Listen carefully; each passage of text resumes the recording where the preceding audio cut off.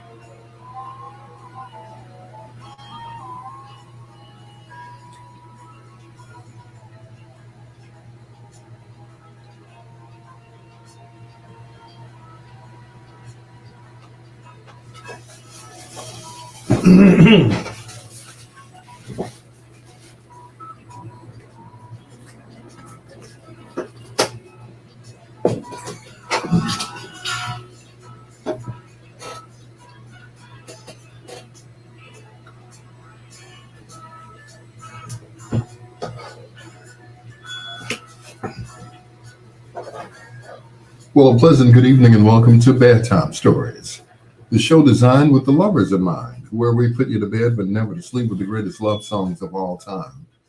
Right here on WOSD Radio DB Chicago, WTLB Indianapolis in Chicago, and the best music of your life, also in Chicago. We're all in Chicago. How about that?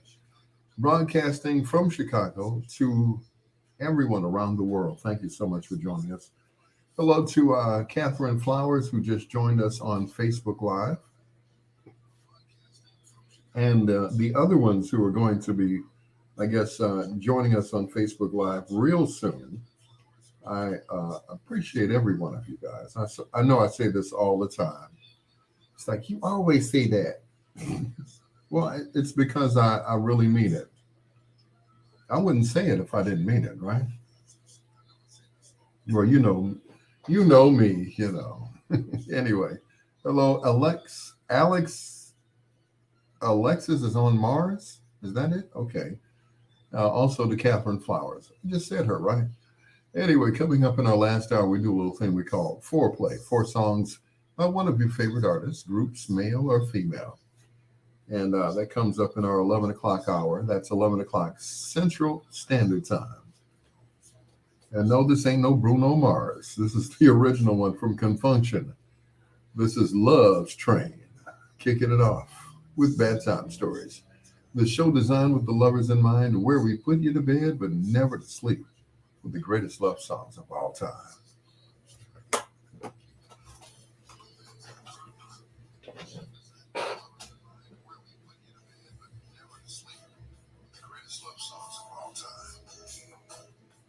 All right, we're off and running. Yes, we are. Excuse me while I take a bite of this tasty sandwich. That he always eating.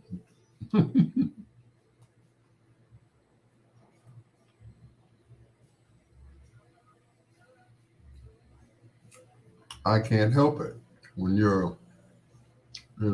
when you got the sugar, you got to eat. Otherwise, you will fall flat on your face. I've seen it. Unfortunately, I've never had that problem, so I'm good. But it's like, man, diabetes ain't gonna pump. You know. John Caldwell, what's going on, sir? 1 minute you're talking to somebody, and next minute you wake up, you're in ICU. Like, what happened? Mm-hmm. You drank a sugary beverage. Knocked you on your sugary ass.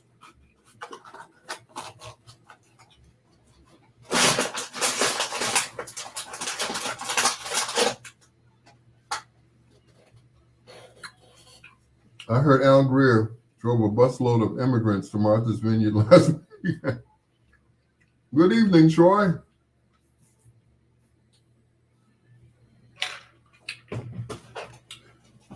Let me turn this selfie light down just a little bit.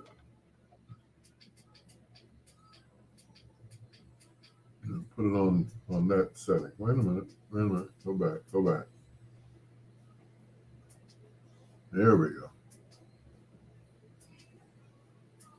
Make my face look nice and warm. We don't need all of that light. Just a little bit. There we go. More natural light. Shout out to Brother Mike Finney, who came by this afternoon. Dropped off. Well, you see that picture in the background. He said, man, you put this in the studio. I was like, okay. Ronnie, what's going on? Yeah. He said, you need to put that one in the studio. I said, okay. So I quickly hung that picture up under my certificate from the Rhythm and Blues Fest that I did. And it simply says, hold on, Al Greer, Blues and Soul Legend. That's what it says, you know.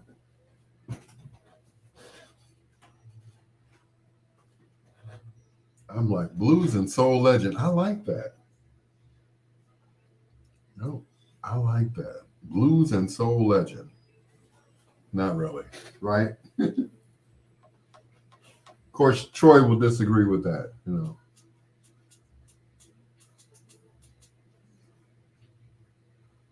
That's too much. Evidently, there's a musician named Al Greer and he's missing his award. Yes, there's no way I should have gotten something like that, right?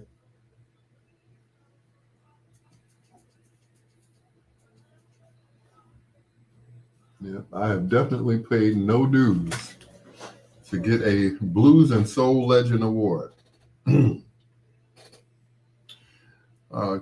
Ronnie, once again, I got to thank you for, I just got to thank you very much. It was because of that contribution that you made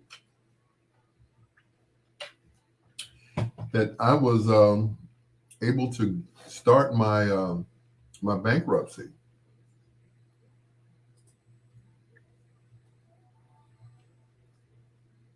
So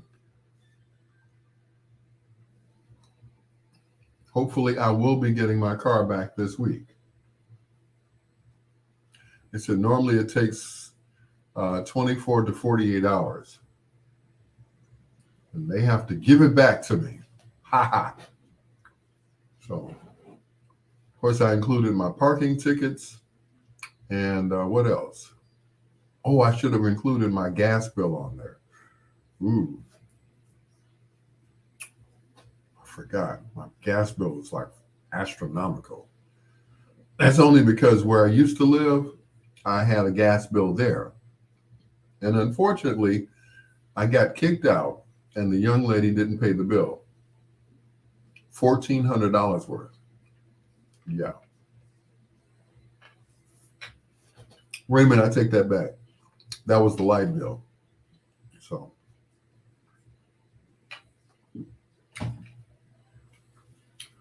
Yep, that was the light bill. So I got to call them back. Yeah, that's right. Include everything. So I got to call them back. Light bill, gas bill, all of that. Wipe clean. Clean slate. Just start all over again.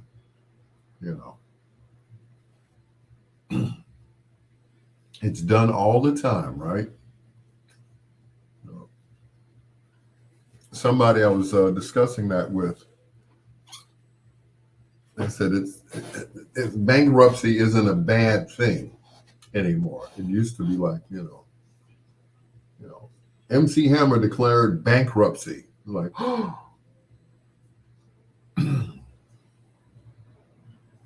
It just means you have spent too much and you're in over your head. And that means there is, you know, no turning back. So, yeah. Ronnie said I did it in 2010. Pay those bills, AG. I know, right? Well, here's what had happened. I was about to move into this apartment. So got the gas turned on in my name. Unfortunately, I didn't take the apartment and I forgot to take the gas out of my name. So whomever stayed in that apartment, they ran the bill up to $1,400. I was like, okay.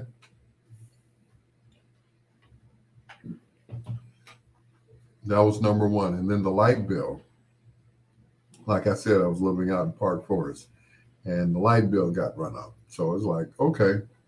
So for everybody else, there's MasterCard now. There's bankruptcy. So that's it.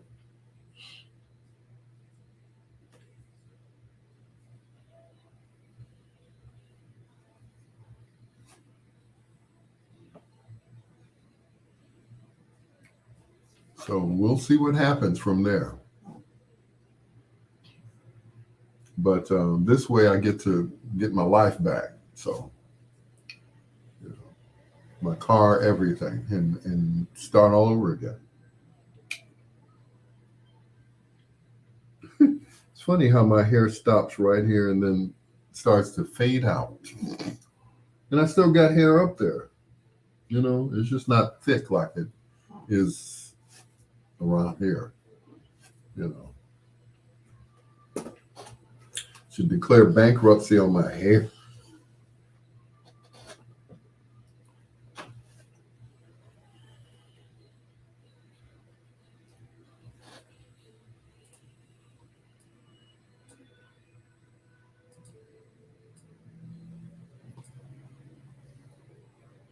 Dion Estes, if that name doesn't sound familiar, which I'm sure it probably doesn't.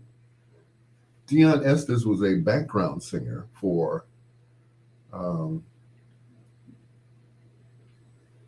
George Michael, as a matter of fact.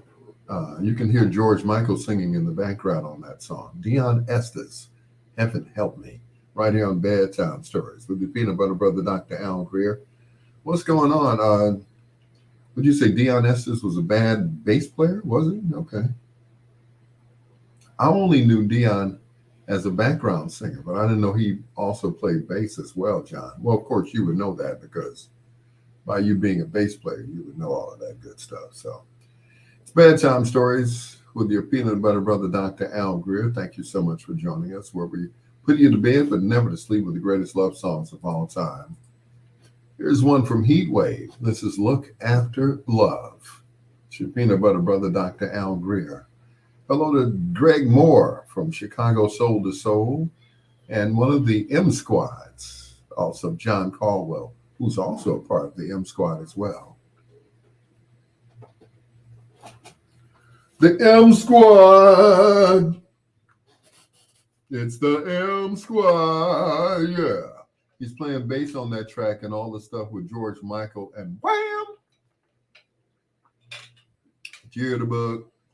Who made the song Starting All Over Again? It's a group, Manhattans. Possibility, yeah. It could be. Yes, it was. But I got to tell you, Captain Sky,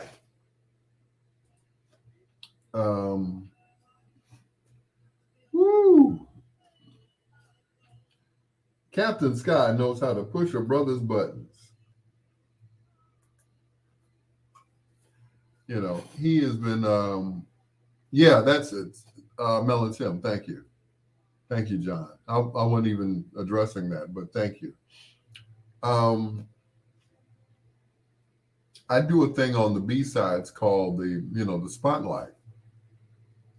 Now, in doing the spotlight,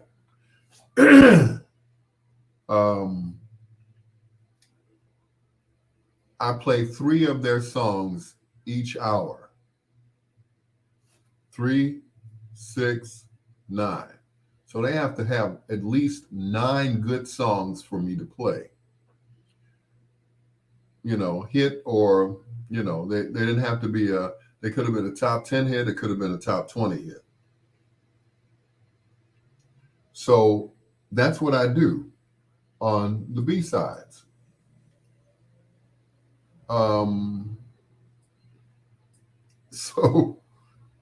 Captain Sky, bless his heart, love him to death. Like a play cousin to me. When you gonna feature me on the spotlight? Well, sir, you and you can't tell him he's only had 2 hits out. Oh no! How dare you just say he did Wonder Worm and Moonchild? Oh, he would just, yeah. He said to me one day, he said, I think you like Bootsy better than you like me. I was like, no, what? No, you got it all wrong. That has nothing to do with, and I don't program my show based on what I like. That's just not my style. I don't base it on what I like. If that were the case, I would never play Keith Sweat's songs ever again. I think he's the worst whiner, beggar person. Yeah, he does more begging than Tyrone Davis did. Tyrone Davis, if he were alive, he's like, damn, that ninja begging. He's like, I ain't never begged like that. So, I try to be diplomatic about when I do the B-sides. And I try not to pick personal favorites. Now, in the case of tonight's Spotlight Artist on the B-sides, which is a rerun, by the way, and the Spotlight Artist is Junior Walker and the All-Stars. Well, there was a cut that I didn't even remember. It was probably either an album cut or a B-side. And the song was brought to my attention by John Caldwell, who's on here now. And the song is called Mutiny. It was on the I Think I'm a Road Runner album.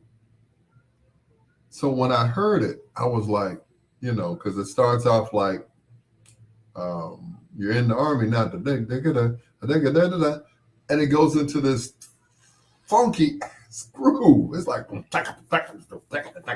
I'm like, and I don't claim, I don't claim to do it and to know everything, but, normally when you think of Junior Walker, you only think of Shotgun, maybe Pucker Up Buttercup, What Does It Take to Win Your Love for Me, Way Back Home, songs like that. But this Mutiny, I'm like, okay, where'd this come from?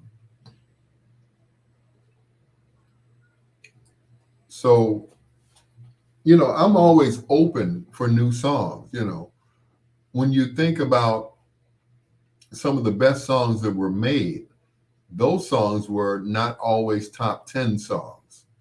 They were not always A-side songs. Right, Junior Walker's earlier stuff was like off the chain. But you got to remember, and John Caldwell said it right there, Jamerson. James Jamerson was one of the baddest bass players ever. James Jamerson, and I told this story to one of my coworkers, Kimberly Egoin. I said they went and fished him out of a bar somewhere. And they said, look, Marvin's got this session. He's doing this concept album. What's going on? He's going to give you credit on the album. They're like, yeah, really? Okay. So they drug him back to the studio. And he was so damn drunk. He was just drunk out of his mind. And they're like, we got to get this session done. We got to do this. Hey, Miss Hill, we got to get this done. Senior runner. You're funny. So they got him back to the studio, and he was just too drunk to sit on the stool where he, when he used to, that was the way he played, sitting on this, like a bar stool or something like that. They said he kept nodding off, and they were like, okay, we got to get this done.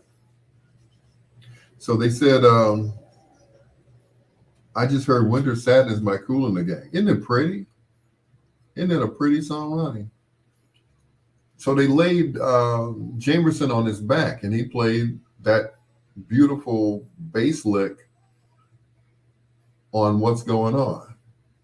I'm like, wow. I guess he wanted to hurry things up, so he played it so, boo-doo-doo, boo-doo-doo, boo-doo-doo. And I told Kimberly, I said, that stuff wasn't written. It was all improvisation. It was all the stuff that was in his head. None of it was written on paper. All of it was just, he played the way he felt, the way he thought it should be, making him one of the best ever. The Four Tops. And it's all in the game. It's your peanut butter brother, Dr. Al Greer. This is Bedtime Stories. Hello to Ronnie, also to Miss Hill. Once again to Troy Anthony. Almost said Troy somebody else. Troy Anthony. He said, Junior Walker was never as good as Senior Runner. Ha, ha, ha, ha. Very funny. Also, he's funny. Ronnie said, I just heard Winter Sadness by Kool and the Gang. Now, they're known for, Summer Madness, which was a big hit night back in 1974. And she said it was her first time hearing it. And it was like, she said, I don't know how I missed that one. Beautiful song, but it was never a big hit. Now, Summer Madness, on the other hand, Kool and the Gang did several versions of Summer Madness. They did the original, of course. They did a live version, which I'm going to play later. And they also redid it when JT joined or rejoined the group later on. It was Kool and the Gang, JT Taylor. So that version I wish I could find. It was on a CD somewhere somebody gave me. And I don't know what I did with it. But speaking of remakes, this is from the album Isaac Hayes Live from the Sahara Tahoe in Las Vegas, Better. This is It's Too Late. His version, of course, a mixture of Carole King's and the Stylistics right here on Bedtime Stories.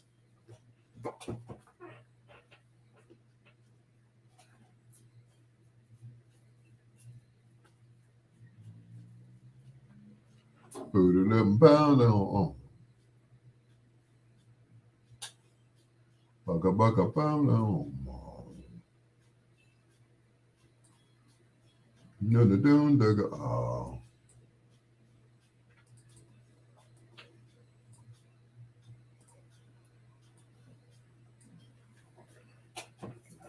Play Cop Killer by Body Count.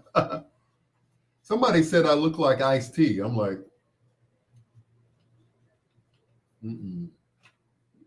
Stayed in bed all morning just to pass the time. There's something wrong here, there can be no denying.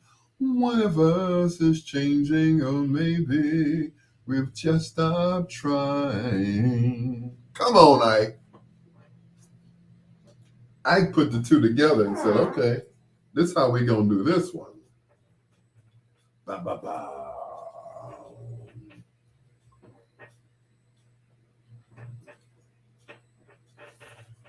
Used to be so easy living here with you. You were light and breezy, and I knew just what to do. You look so unhappy, and I feel like a fool. I played by body count. Y'all trying to get me kicked off. Though we really did try to make it, something inside us died, and I can't hide it, I just can't fake it. Come on, Ike. Oh, at least I'm not singing on the air. I'm just singing on Facebook. I heard some radio personality actually singing on the air. I'm like, man, you set us back like like 40 years, man. Don't do that stuff no more. Thanks, Preston. Ba, ba, ba, ba, ba, ba, ba.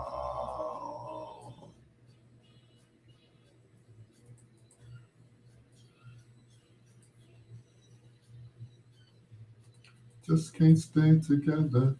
You feel it too. For what we had, I once loved you.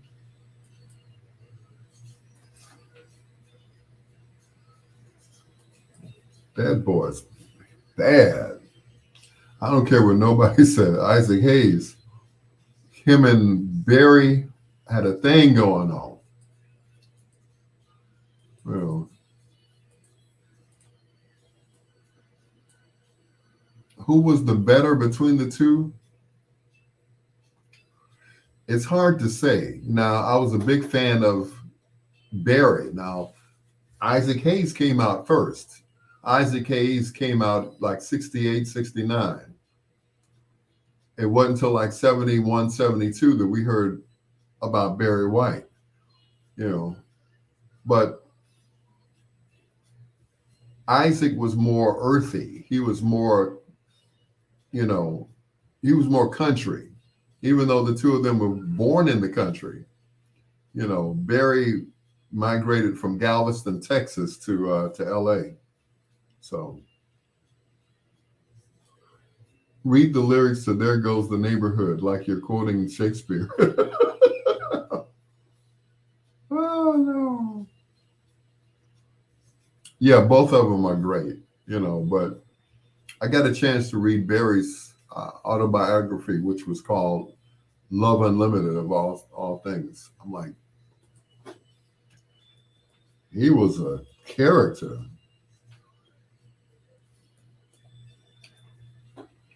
Yep, he was a gangster for real. He was a straight up gangster.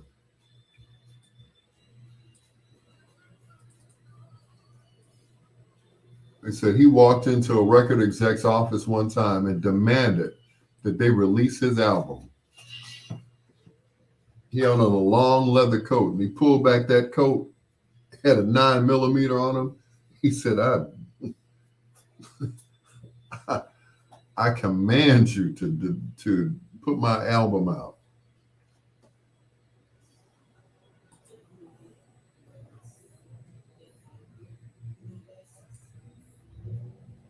You're like, put my album out now.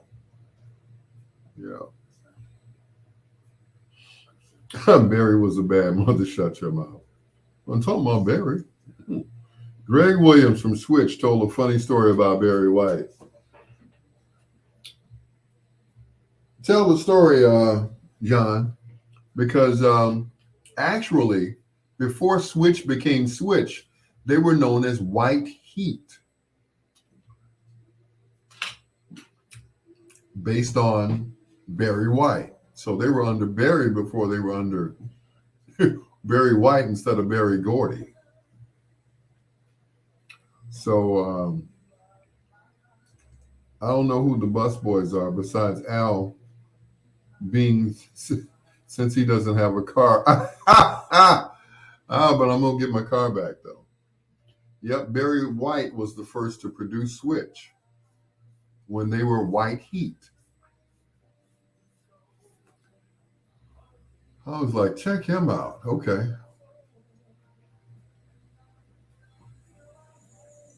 Yeah. So he named them, but of course he couldn't hold on to them. So once they left him and didn't have a production deal, they took their last tape and gave it to Jermaine Jackson. Jermaine, in turn, gave it to his father-in-law, Barry Gordy. And the rest, as they say, is history. So,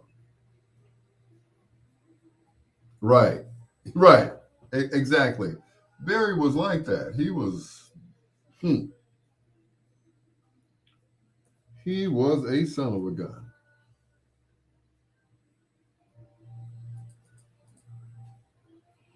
Yep, he did not play. You did not get in Barry's way.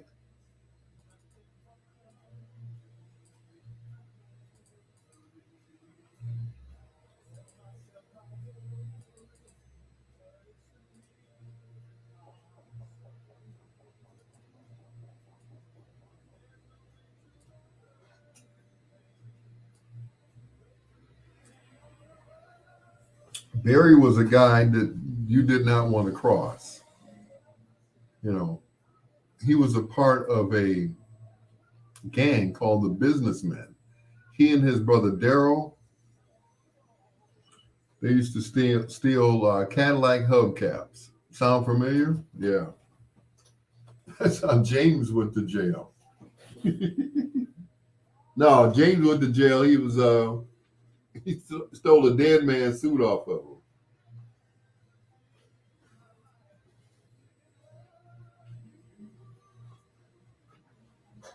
But some of the best musicians,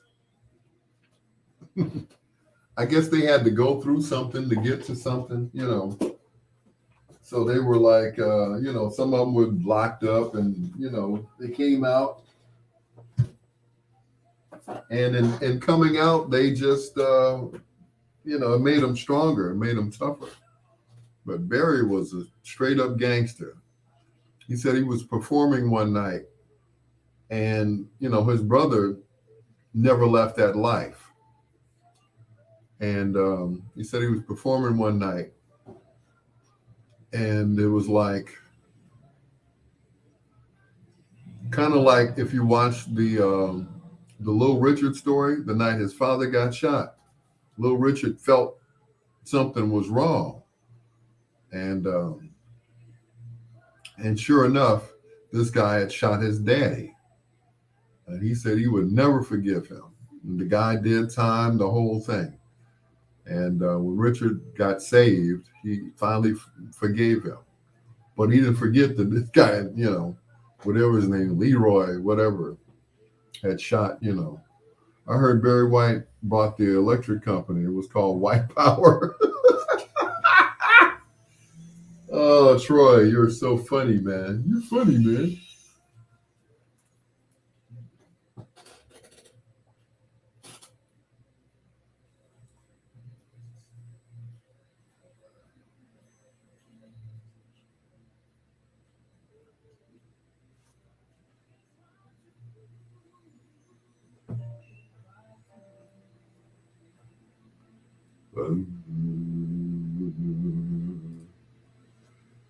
See, I'm no better than that other guy that I was listening to the other day on the radio, singing to the songs on the air.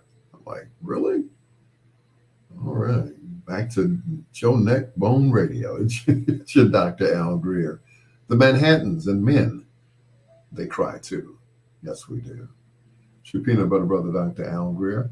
Hello to John Caldwell, once again, Troy Anthony, and my sister from another Mr. Angie Martin Turner. How you doing? Miss Hill, she said Barry didn't take any mess, talking about Barry White. Barry was interesting guy. At first, he never wanted to sing any of his songs. What he wanted to do was just sit back and be a producer. he didn't think his baritone voice was that good. You know, when you think of exciting singers, you think of Levi Stubbs of the Four Tops. You think of David Ruffin. And he said his voice was just too deep. So he wanted to sit back and, just wave the baton and, direct the orchestra. And one day, one of his good friends said, "Why don't you record your own songs?" Now, he recorded his songs as demos for other people to sing. And one day they said, "Why don't you do your own songs?" He said, "Oh, okay. All right, I'll try it." And that deep bass baritone voice of him that he had. And the rest was history. Barry White. He used to record as Barry Lee. And of course, he was born Barry Eugene Carter. And later on, he took his dad's last name, which was White. Here's one of those songs that he produced on his girl group, Love Unlimited. This is I Belong to You on Bedtime Stories with the peanut butter brother, Dr. Al Greer. Show you right.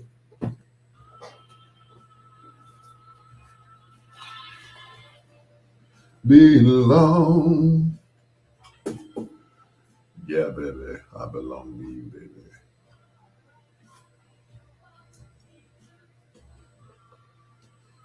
Barry's voice was sexy. Barry's voice was just different.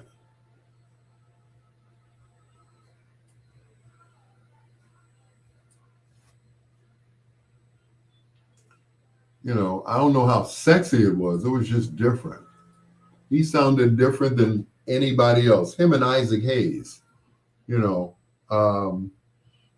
Isaac's was more gritty. It was more, more soulful. Where Barry, also a crooner, but not quite as, not as, I guess, country as Isaac Hayes, and it was the same thing with Isaac Hayes. They had similar backgrounds.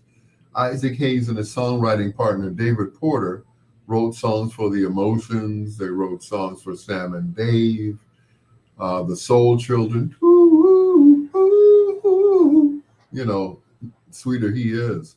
So, he wasn't really trying to be a solo artist.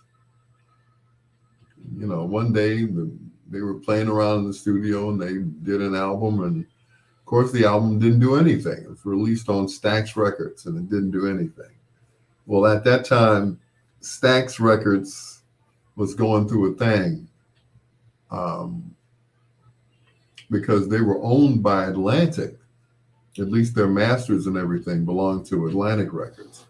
So it was like anything they made was under the umbrella of Atlantic Records. Atlantic did all the pressing and everything else for, Otis Redding, Carla Thomas, Rufus Thomas. So all the album covers look like Atlantic album covers, which they were all distributed by Atlantic, but they were on Stax Records. So that's how it happened. So, but had they not heard Isaac Hayes' voice, I think, that would have been it. He would have just continued being a songwriter or a studio musician.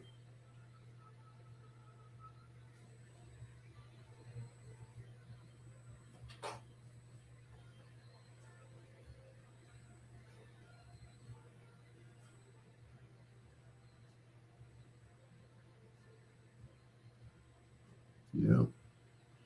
But, Barry was from Covington, Tennessee, and moved to Memphis. And Isaac Hayes was from and Barry was from Galveston, Texas, and moved to L.A. So he was a little L.A. fied, you know.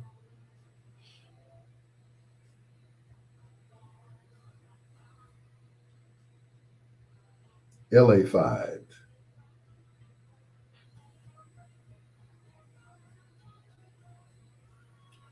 You know, I can hear Barry singing this song to them because it's like Glodine is actually mimicking his voice in a higher register. Like that part where she says, oh, baby. I can hear Ike doing that.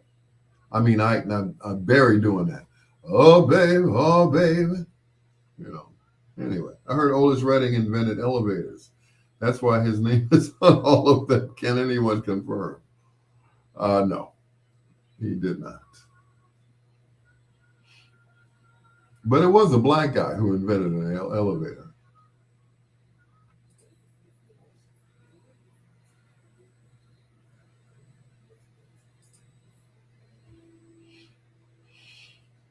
Mm-mm-mm.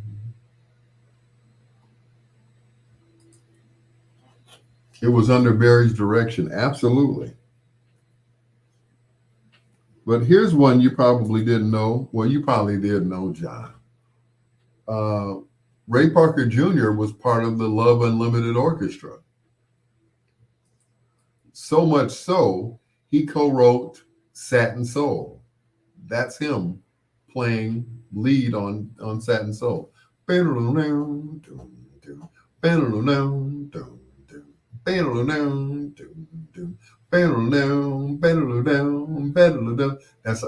Ray Parker Jr. I know you knew that. But Ray was probably one of the best session guitarists ever. Woman Needs Love, Ray Parker Jr. Yep, exactly. But before he was even a singer,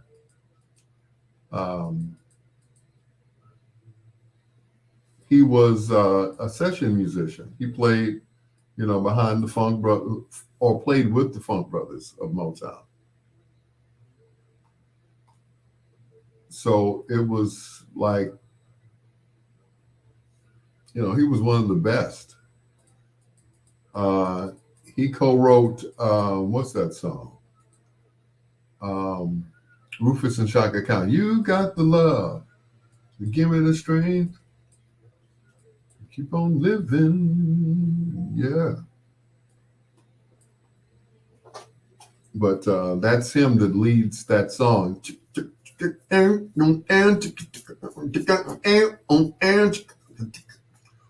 I'm like, whoa.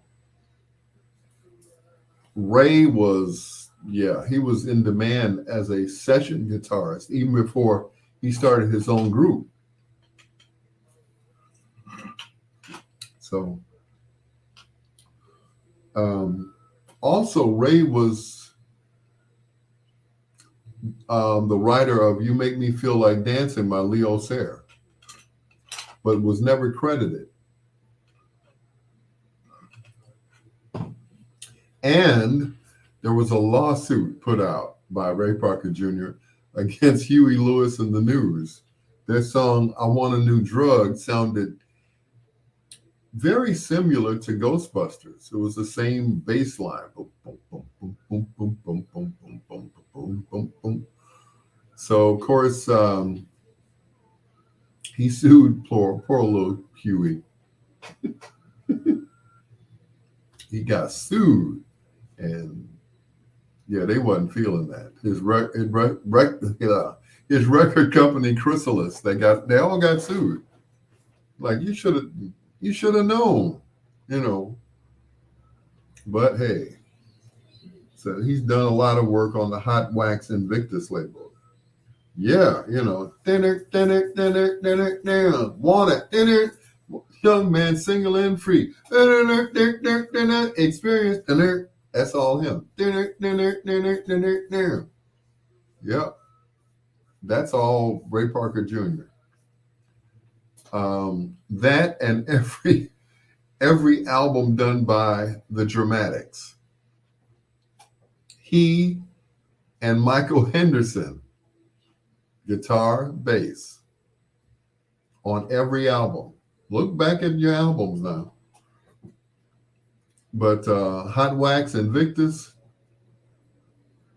that's him all over. He is all over. You know, every song. You know, gonna put it in the one S. You know, that's him playing loud and clear and everything else.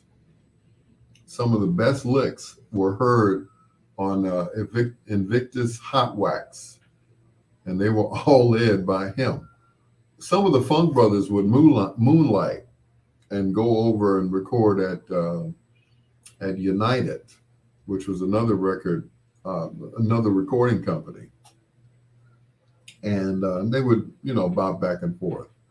So they'd always come back down to Barry to, you know, to get paid, but they made double scale when they came to Chicago and recorded for Carl Davis. May he rest in peace. Happy birthday, Uncle Carl.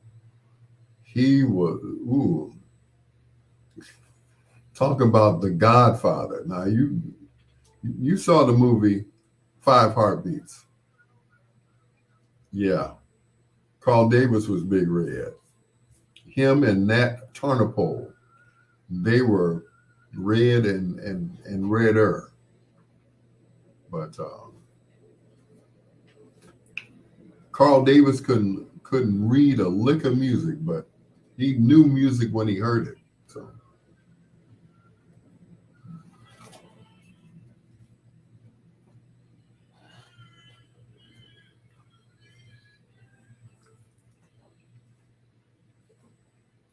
right on, baby.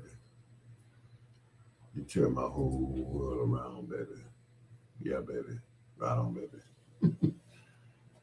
The Maestro Barry White. You turn my whole world around. It's your peanut butter brother, Dr. Al Greer. This is Bedtime Stories, the show designed with the lovers in mind, where we put you to bed, but never to sleep. The greatest love songs of all time. Of course, the Maestro. I remember I was working at this radio station, 104.3, before they became the top 40 station that they were, or that they are now. I was working there when they were Chicago's Jammin' Oldies. And the guy who came on before me, he said, "Hey man, did you see Barry?" I said, "Barry? Barry who?" "Barry White was just here." I was like, "Oh my God, oh my God." I turned into a super fan. I turned into a little, you know, I was like, nobody told me that Barry was going to be here, first of all, because I would have gotten off work early. I'm like, Barry was here? And we were in the John Hancock building at the time. And I started to jump out of the window and try to catch him. That's how badly I wanted to meet the Maestro, Barry White. I just wanted to have a conversation with him. I'm like, "Excuse me, but I think you're my father." He probably said, "I think not." He was so cool. Here's Isaac Hayes from the album Hot Buttered Soul. It's One Woman on Bedtime Stories. Clock sound. As daylight slowly leaves the sky.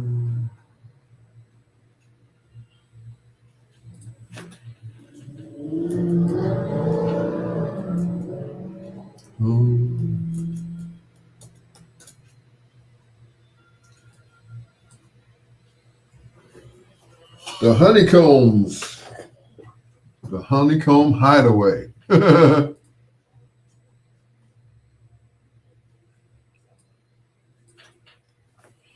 Ooh, I'll be right back. Don't talk amongst yourselves, okay?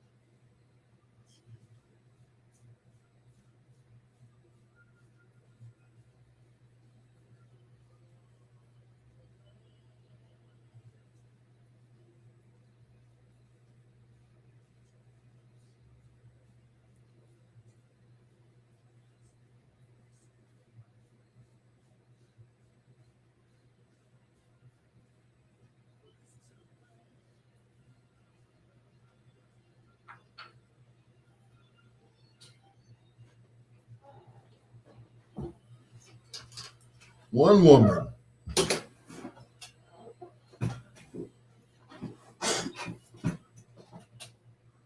You know, that should have been a single. Unfortunately, we're talking about an album that only had 4 cuts. All of them couldn't be hits. You know, Walk On By, Hyperbolic Syllabus, yeah, that one. And then you flip it over, and there's this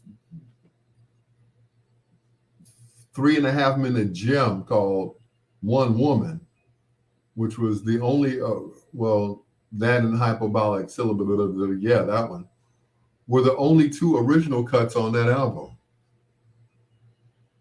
You know, and of course, the second side was just, By the Time I Get to Phoenix. It was like, whoa. Yeah. I love that song. It is so beautiful to me. You know, a song about cheating. How can a song about cheating be so beautiful? You know, how could it be so beautiful?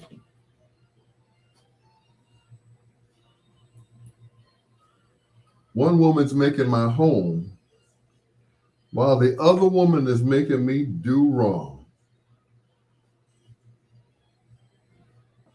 Mm-mm.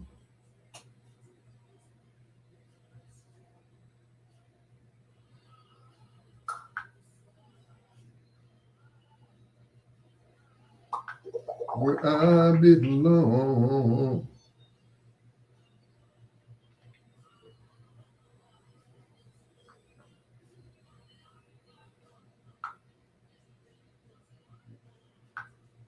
Mm-mm-mm-mm.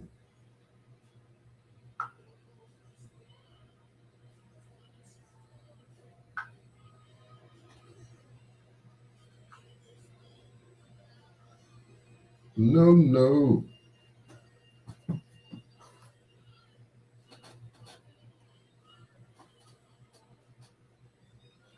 While the other woman making me do wrong.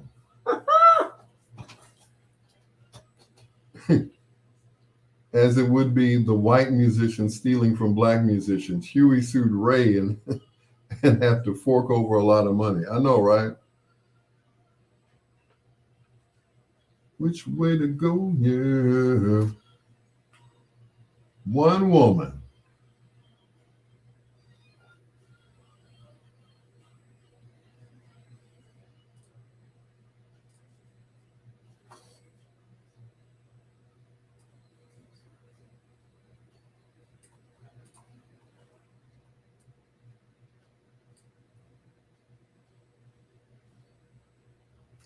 Stayed out in.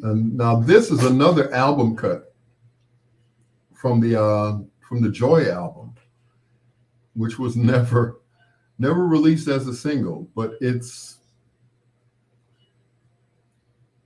it's the bee's knees. It's like an episode of the of a Family Guy when Meg says, "It's the bee's knees." I'm like, the bee's knees. Okay, okay. I'm like, the bee's knees. Okay, cool. All right. Don't understand that when Seth MacFarlane, I'm sorry.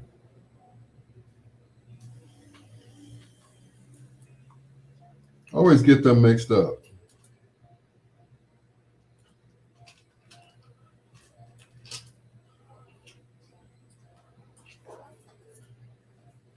Seth MacFarlane. Seth MacFarlane, of course, the creator of Family Guy, with the really great voice. I mean, he could have done radio had he not gone into cartoons.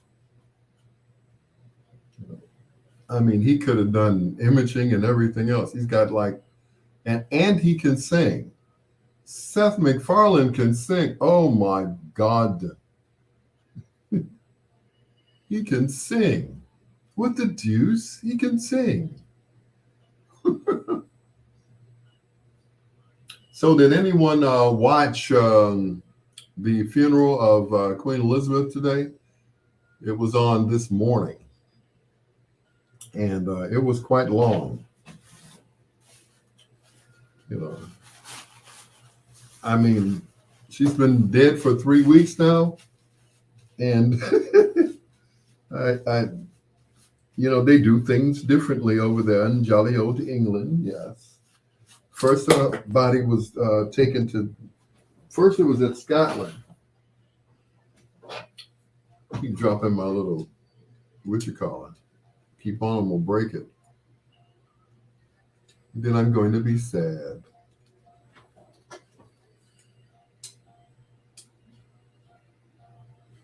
There we go. Got to be careful with it. It's very sensitive. But all morning, I'm like, look, I want to see the new Jennifer Hudson show. I want to see Sherry Shepherd's show. And all morning, it was the royal funeral of Queen Elizabeth II. All day long, or all morning long, I should say. So, you didn't watch it, John? Royalty in the making. It's like every time they do something, they got to preempt our shows over here. What do we care? I'm just saying. What do we have to do with them over there? They're not part of our country. They showed Joe and Jill Biden walking in there. I'm like, okay. John said, no, not interested. I hear you. But I'm like, really? Don't forget to share the video on your pages, please. I saw that I had 11 people, but I know what that's all about. It's about some spies. They always spying on me. They're like, did you hear what he said about you the other night? No, I don't listen to Al Greer. His arrogant self. His arrogant self. I don't listen to him. Al Greer's arrogant. He wouldn't talk to me at the Taste Entertainment Center reunion. He wouldn't talk to me. That's some lame ass that was there. I was just, and as a matter of fact, what's going on, Richard? How are you, sir? I was walking around, right? Making my presence known, not staying on the stage the whole night, walked around speaking to people. And I got a call. Oh, they said, you arrogant. Like, what?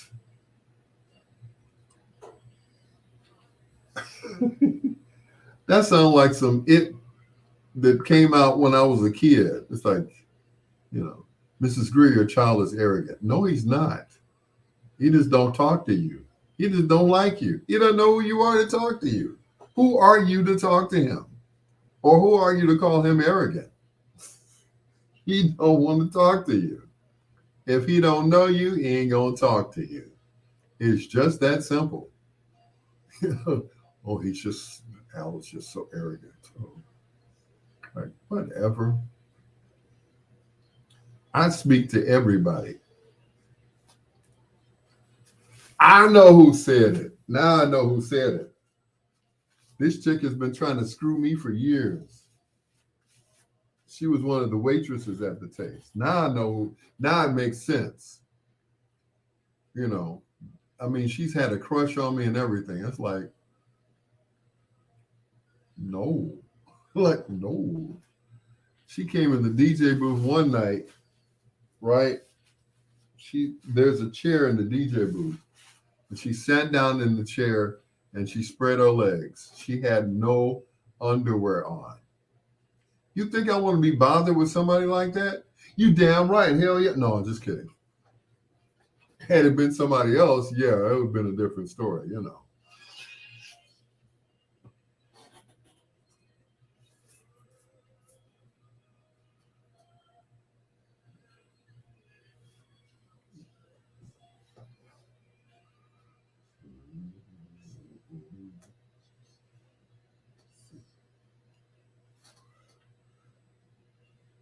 From the album Joy, A Man Will Be a Man from Isaac Lee Hayes Jr., right here on Bedtime Stories.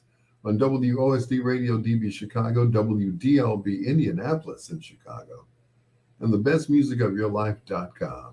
It's your peanut butter brother, Dr. Al Greer, and this is Bedtime Stories, the show designed with the lovers in mind, where we put you to bed, but never to sleep, with the greatest love songs of all time. Hello once again to John Caldwell, to Miss Hill, and to Richard Boignet. Hope I got your name correctly. Thank you so much for joining me. I haven't seen you in a while, Richard, but thank you for coming back. I appreciate it. Hope everything is good with you, all right? But right now, it's time to do that Grubhub delivery dance. Are you ready? Let's get it.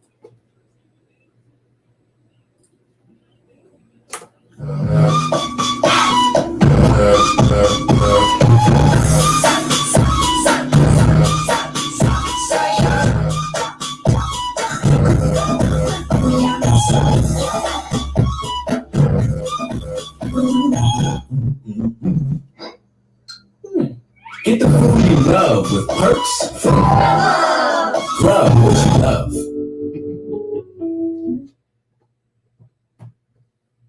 That is one of my favorite jingles next to Fun Town.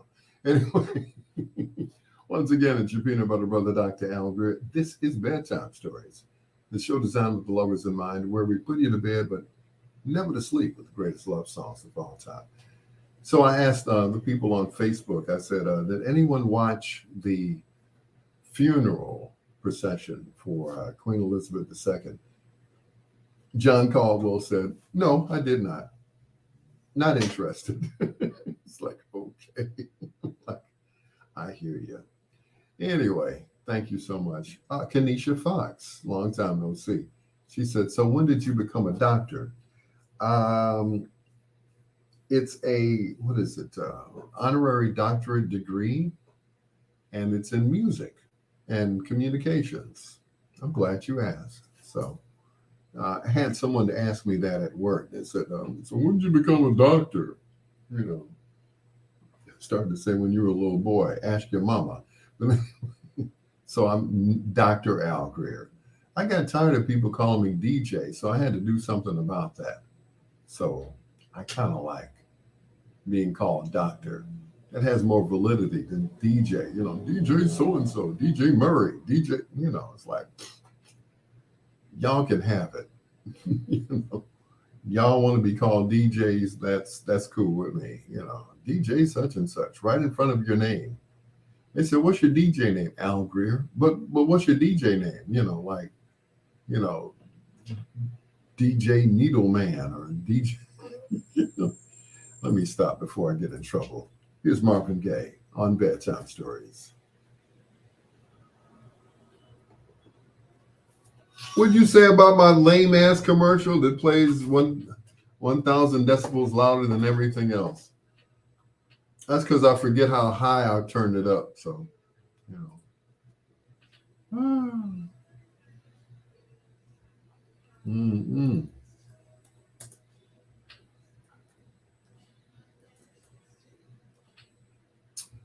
Kenesha Fox, thank you so much for being on my Facebook Live. I really appreciate it.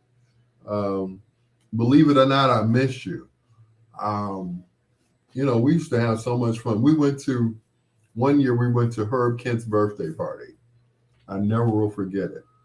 And we had fun, you know. We had a ball.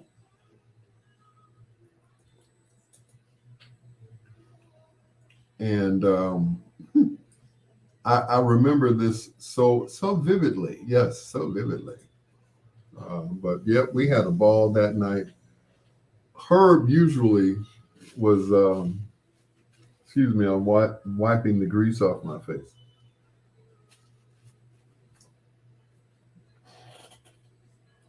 I got a bump. Can you look at it for me? Oh, Lord. Oh. Oh. Troy, you got a little competition here because Kenesha can go, okay? She can, yeah, she will, yeah. toe to toe. She will go with you. So, yep, you got a little competition tonight, Troy. So you better be on your best behavior or have your A game with the jokes because Kanisha can go, okay? I got a bump. Could you look at it for me? Yeah, bring it over here. Bring that bump, you know. As I remember, you had two big bumps and they were like on your chest. Yeah. Weighed about 30 pounds apiece. Yeah, I remember those. But anyway, I'm about to get in trouble, ain't I? Yeah. About to get in trouble. You in a heap of trouble now, boy. Oh, people trip me out. But back to that thing about the Taste Entertainment Center. The girl said, "Are you sure it's a bump and not a bulge?" Oh, ooh, Kenesha for the block. Gotcha, Troy. Yep, keep going. Mm-hmm. Yeah. In the words of Stevie Wonder, you met your match, you met your match, you met your match, you met your match, baby. Wow. You met your match, you met. Yep. Go ahead. Go ahead, Troy. Now we got a show enough showdown going on here. Mm-hmm. Yeah, go ahead. Try it. A bump and not a bulge. I think you're confused on who's right, who's writing what. Okay, go ahead. Read the name again. Yeah, we did look cute together. I will admit it. And I will admit when I'm wrong. And I'd like to publicly apologize for marrying my first wife. I know it's after the fact and everything else, but she was a woo. She was a trip.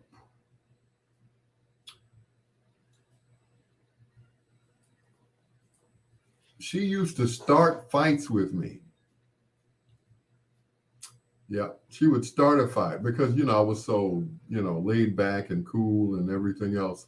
So she would start a fight with me just to, get a rise out of me. And I was like, but I don't like to fight. What are you going to do? I'm like, I'm not going to do anything. I'm not going to hurt you. I'm not going to do anything to you. I just like to go to bed. Can we go to bed now? But I don't want to go to bed. Now, this is a grown-ass woman, okay? But hey, we learn from our mistakes, don't we? Yes, we do. She used to say, Kanisha, I don't mind telling you this now. You used to get on her last nerve. When she would see you at the radio station, what is she doing here? So does Ray have to have everybody you ever slept with on his radio station or on his radio show? I'm like, excuse me, what are you talking about? Didn't you sleep with so-and-so and such and such? I'm like, no, what are you talking about? She was just going for the jugular. She was just mean for no reason. Weren't you with so-and-so? Like, no. Kanisha said, no, there's no bulge here, sweetie. Trust me. And trust me, Troy, it's just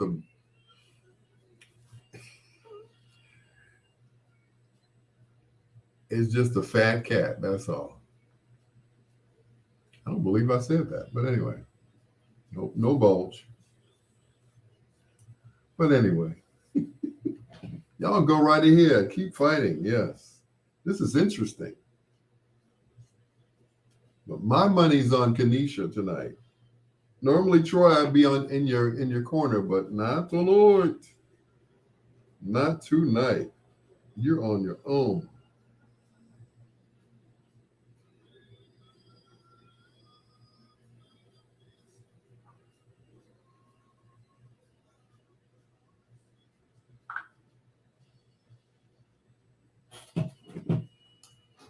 You didn't have to do anything. You were a threat to her. You were an absolute threat.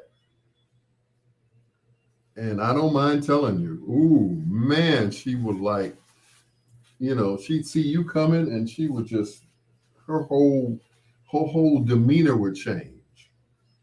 She had bought this pair of headphones for me, and you had some similar headphones to the ones, and she thought that I gave her the headphones that she bought me to you. She was livid.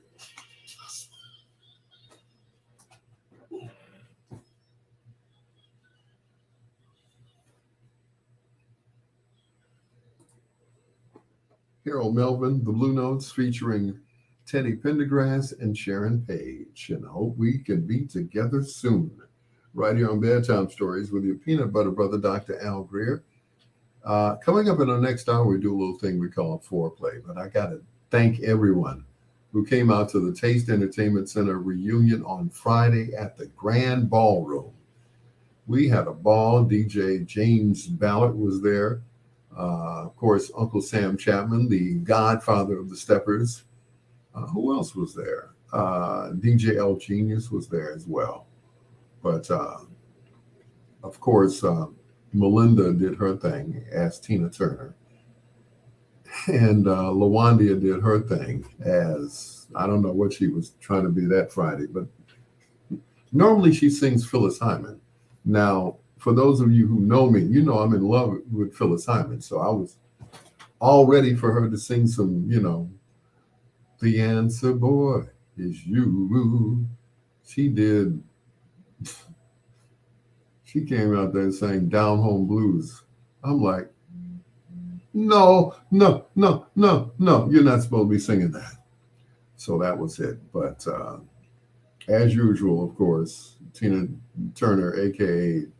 Melinda, did her thing, and she always does.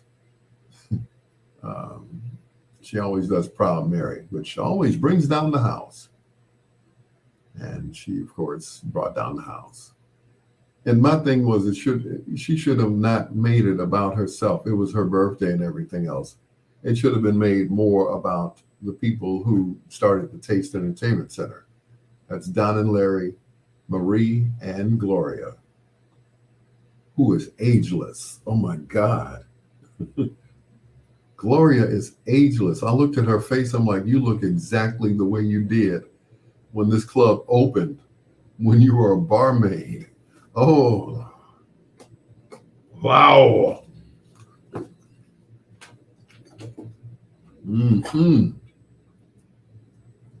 Yo, baby mama Lori, what's going on?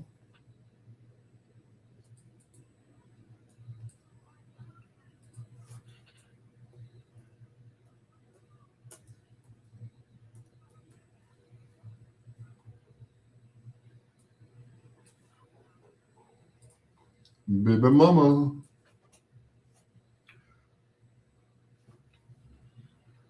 She said, oh, Lord, why I never did anything to her. You didn't have to do anything to her, Kanisha. You did not have to do a thing. Your mere presence sent her reeling for some strange reason. Why does she have to be here? Because she's on with Ray. She's part of Ray's crew.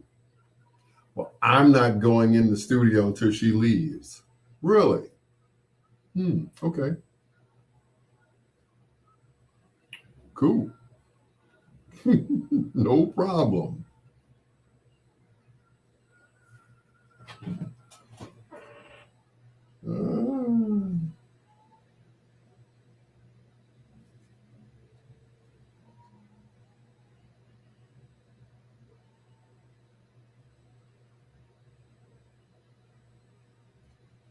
But yeah, man. She would fly into a rage when she saw you. I'm like, wow. Which is why, the marriage didn't really work. She was jealous of everyone,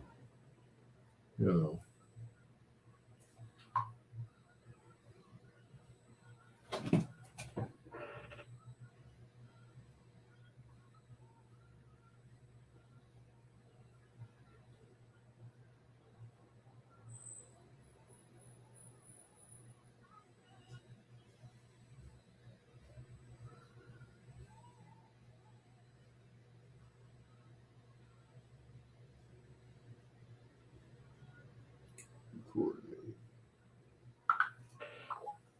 Yeah. As a matter of fact, when I got married, she was like, "So, how many of the your students did you sleep with?" I'm like, "What? What? How many?" So she must have really hated it when I hugged you. When we hugged, oh yeah, that was just, oh my God. Whew.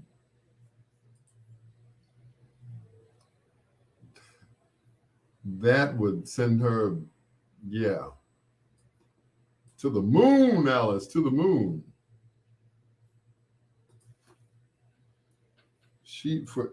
And I never could understand it. I'm like, okay, you got me, and you're mad at her because she's still around. I said, well, Kanisha and I are just friends. You're friends with all your exes, aren't you? I was like, yeah, that's not a good thing. You don't want me to be not friends with my exes, okay? Because that could save your life one day. You think, yeah, are you still seeing your exes? I'm like, yeah, I see them from time to time, out in the street, walking down the street, at the gym, this, that, and the other. She was just, oh my goodness.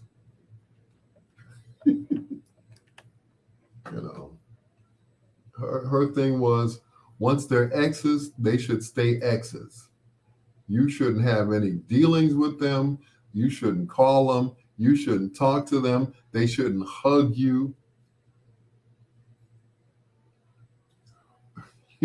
We were in church one time, and this lady, Mama Lowe, okay, Mama Lowe, yeah. Mama Lowe, she sounds exactly, Mama Lowe. She was like, if Mama Lowe hugs you, I'm going to tell her off. You're going to tell her off for hugging me?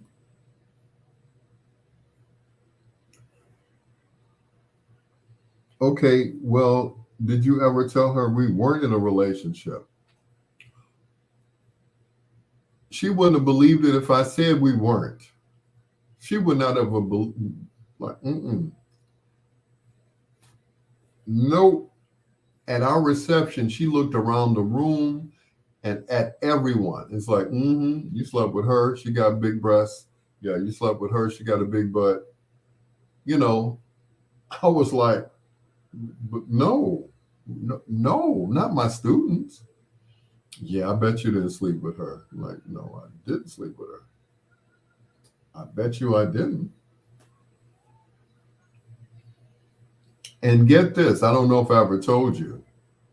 She started uninviting people on Facebook. I was inviting people. I was sending, invitations to people. She's like, oh, invite whoever you want to. Oh. So she would go into my computer, and if the picture was too provocative, she would uninvite them. So I'm getting phone calls. I just got uninvited to your wedding. I'm like, what? Uninvited? I'm like, what's going on here?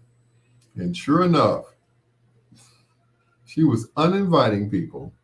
She was talking to people as if it was me on Messenger. What you doing, girl? What you got on? Like, are you crazy? Anyway, don't forget to share the video as you all leave, as you exit. Thank you.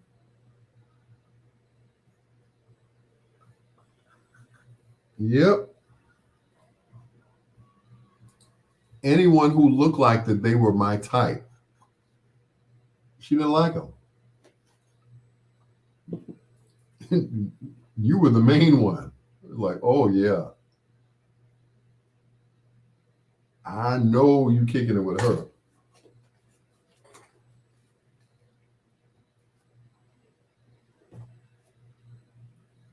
O'Brien Burnett II and Stillwater. That album, of course, was produced by Don Cornelius. That was one of two albums that he did. And after that, O'Brien disappeared. He's still around. We just don't hear anything about him anymore. Yeah, he's somewhere. Probably producing. He probably stopped singing after, losing that contract with Capitol Records. Anyway, it's your peanut butter brother, Dr. Al Greer. This is Bedtime Stories, the show designed with the lovers in mind, where we put you to bed but never to sleep with the greatest love songs of all time. Here is the Gap Band and their version of Going in Circles on Bedtime Stories.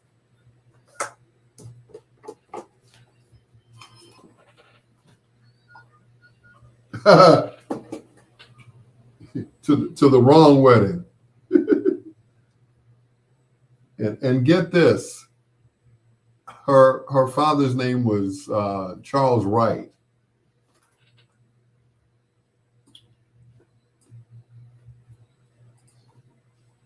I'm sure that doesn't mean much to most people. Charles Wright. Well, Charles Wright had a song out. Charles Wright and the Watts 103rd Street Rhythm Band. Of course, not the same person, but, Charles Wright was her father's name. And, like I always say about my daughters, it's like I have a right not to like any of my daughters' boyfriends, fiancés, or husbands. And I hold true to that to this day. Just ask my daughter. Either one of them. Go ahead. Ask Brianna, ask Larice. It's my job not to like them. And that's it. It is my absolute job not to like them.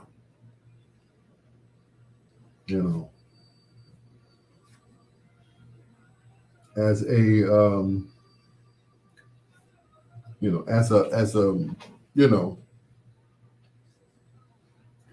as a dad, I don't like them. I just don't. And I know that's sad and that's petty. I mean, say whatever. Sad, petty, petty, stupid, crazy, use a fool, whatever.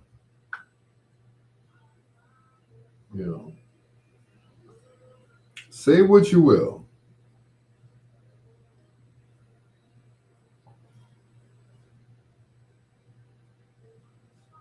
My thing has always been nobody is good enough for my daughter. Nobody. No one.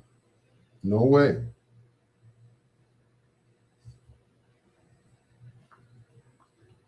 I don't care what you say. No one will ever be good enough for my kids, for my baby girls. They just won't. They just won't be good enough for them. But that's it.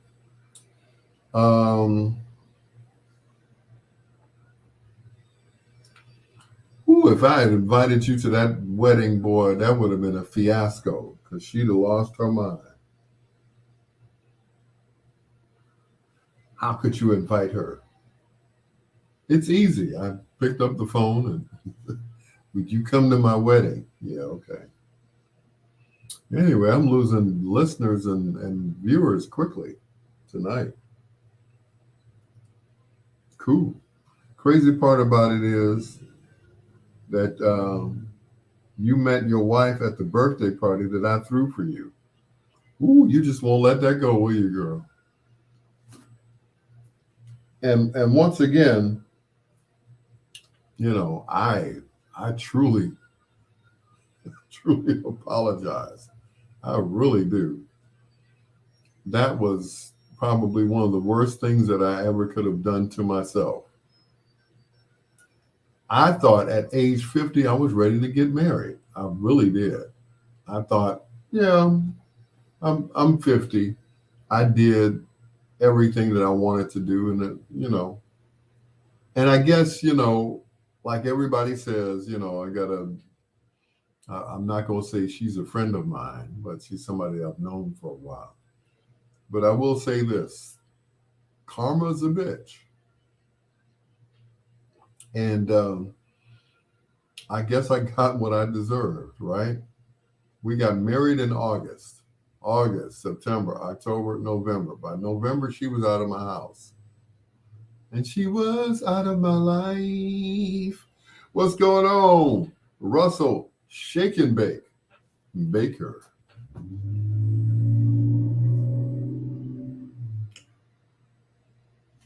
Yeah. But yeah, that was the worst fiasco ever.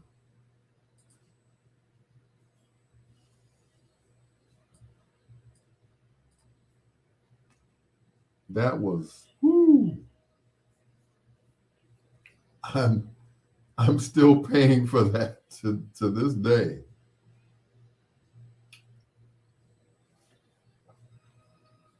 I am still paying for it dearly because I had to give up my good paying job over at Kennedy King College as a teacher, instructor, professor, and operations manager to the radio station.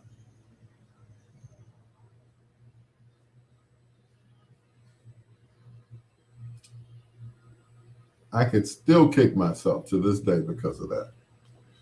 Yeah. Oh, thank you. I'm glad that we could get past that. Like I said the other day, we were friends before we were anything else. When we met, we go out and eat and everything else. And I could tell on your face, like, I can't believe you're looking at me. I'm like, yeah, you fine. I'm like, what's the problem? You know, well, like, I don't see that. I see, I see this, you know, and Lady Lynn Yolanda, what's going on? I guess you forgot about my show, huh? That's okay. That's all right. I understand. I mean, you listen to Keith Sweat. I don't blame you. He's sexy. I don't believe I said that.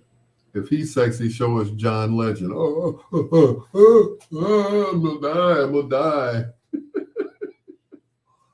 I'm sorry. There's nothing sexy about the two of them. You know, one whines and one cries. We're all ordinary people. I'm like, no, no, no, no, no. Even my mother, before she passed, she said, I don't see the big deal about John Legend. I'm like, mother, bite your tongue. Everyone loves John Legend. What are you talking about?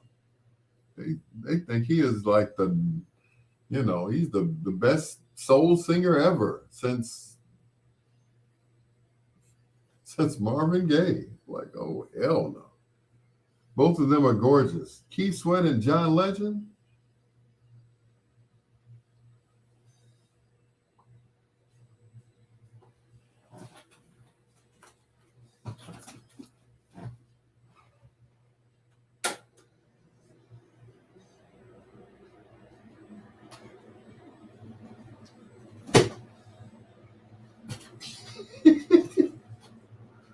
Thank you for changing the subject, Kanisha. You know I love lasagna. You know I love lasagna. Can I get some lasagna? I'm about to text you now, girl. Do you deliver?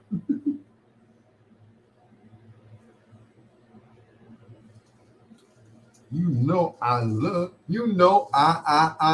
lasagna. No matter what you cook. My address is.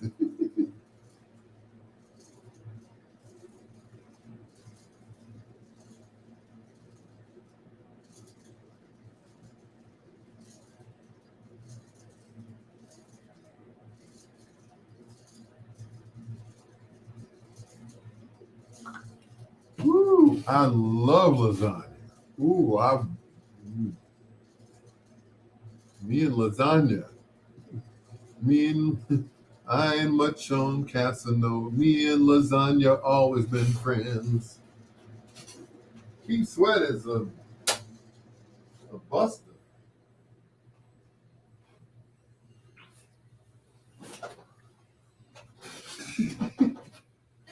Oh no. Keith Sweat is. I was listening to him tonight because I had no choice because I was in my niece's truck and all she got is AM and FM up in there. No Sirius satellite, no navigation system, no. I mean, it's a 2000, so it's got a radio in it. That's it. It's got a radio. I still have a crush on Keith Sweat.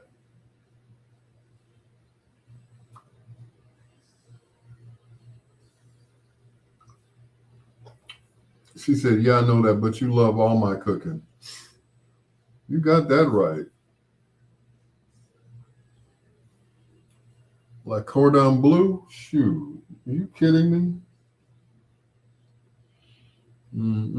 You ain't no cook. You's a chef.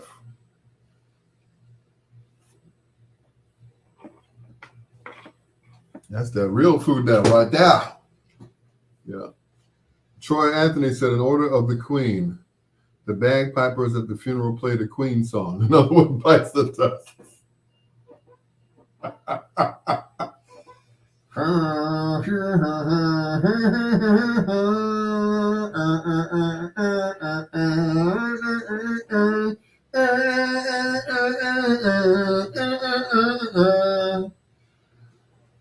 Boom, boom, boom. And another one gone, and another one gone. The Queen just bit the dust. Hey, gonna get you too. The Queen just bit the dust.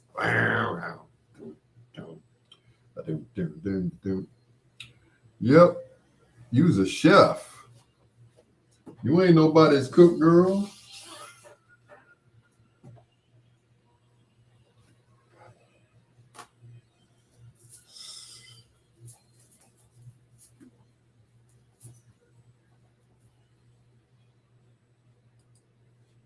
Good Lord, they laid that one out that day. From the album Black Moses, Isaac Hayes, and Going in Circles. Before that, the Gap Band and their version of Going in Circles. The original, of course, done by a group called the Friends of Distinction, which featured a very young Lavelle Degree. He was in that group. And he swiftly went over to the Whispers. It's your peanut butter brother, Dr. Al Greer. Once again, hello to Kenesha Fox. Troy Anthony said, in order of the Queen, the bagpipers at the funeral played a Queen song. And one bites the dust. You funny, man. You funny, man. Anyway, coming up in about 25 minutes, we're going to do a little foreplay, baby, right here on Bedtime Stories with your peanut butter brother, Dr. Al Greer. Here's Gerald and Eddie Levert. Baby, hold on to me. See, I'm a special kind, you know?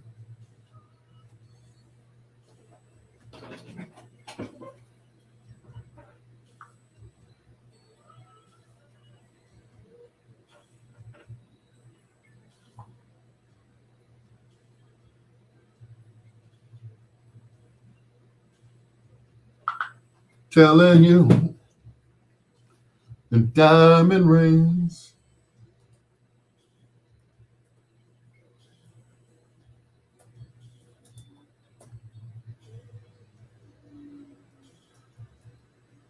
And I turn.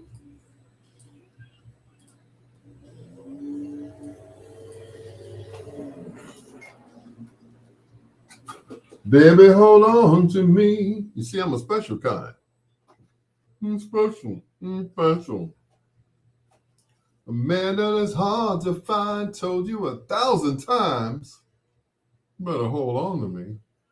Shoot. I'm going places. So I have water in one cup and some kind of orange thingy, whatever, in the other cup. like a combination of orange and pineapple,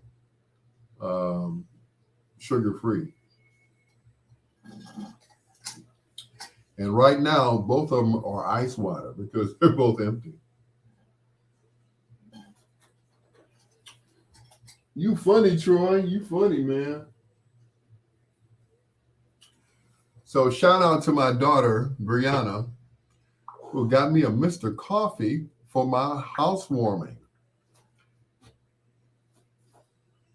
So bye-bye, Dunkin' Donuts. It was nice knowing you.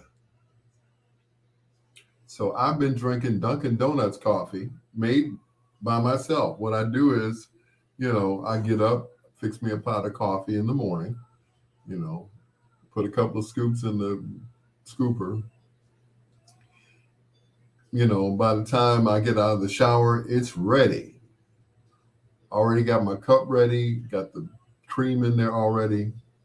I'm good to go. I'm good to go. And I just grab my coffee, run out the house, and that's it. It's a beautiful thing. Thank you, daughter, for getting me Mr. Coffee. I felt so domesticated today. Y'all should have seen me. I put my bills in an envelope. I put my bills in an envelope, and the steps leading to my apartment, I put some Carpet Fresh on them because they were smelling kind of mildewed. So I put some Carpet Fresh, and I let the Carpet Fresh, kind of marinate into the carpet. And then later on, I took a broom and I swept it off and swept the steps. Yep.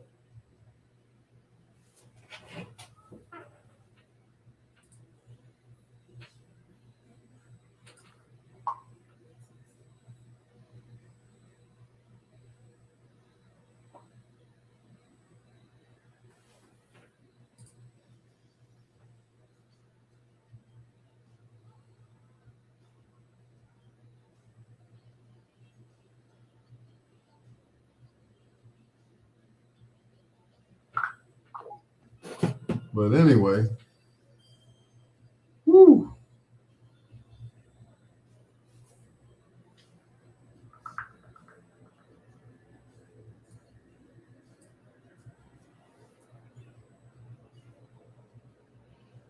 Anywho, so did anyone get a chance to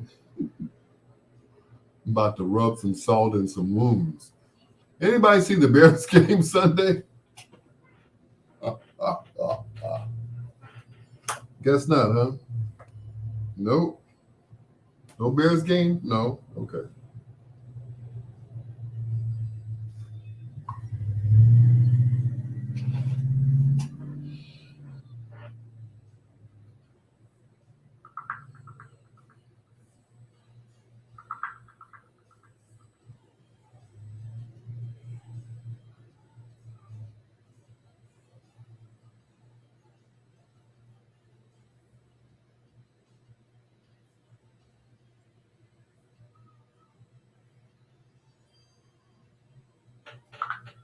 Yep.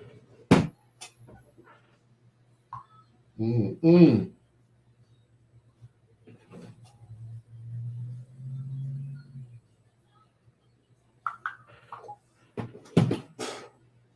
That sounds like Gerald Laverne and Mickey Howard.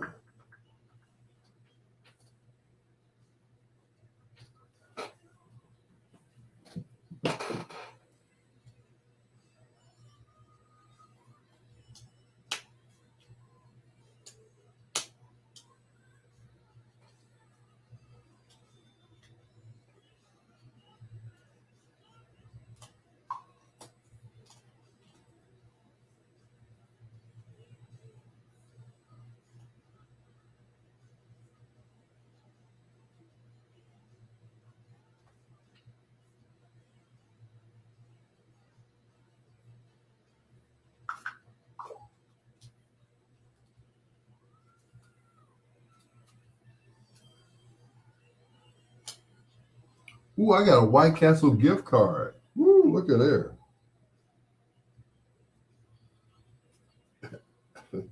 I didn't know I had that. A White Castle gift card. And you know, there's a White Castle right around the corner from me on 66th and Halsted.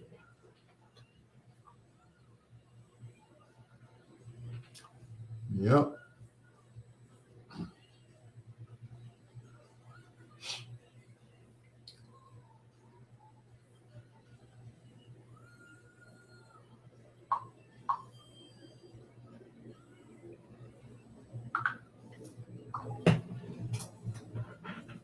Woo! Always feels like something's in my nose. I got one of those clippers where you like, you stick it in there and then it takes all the nose hairs out.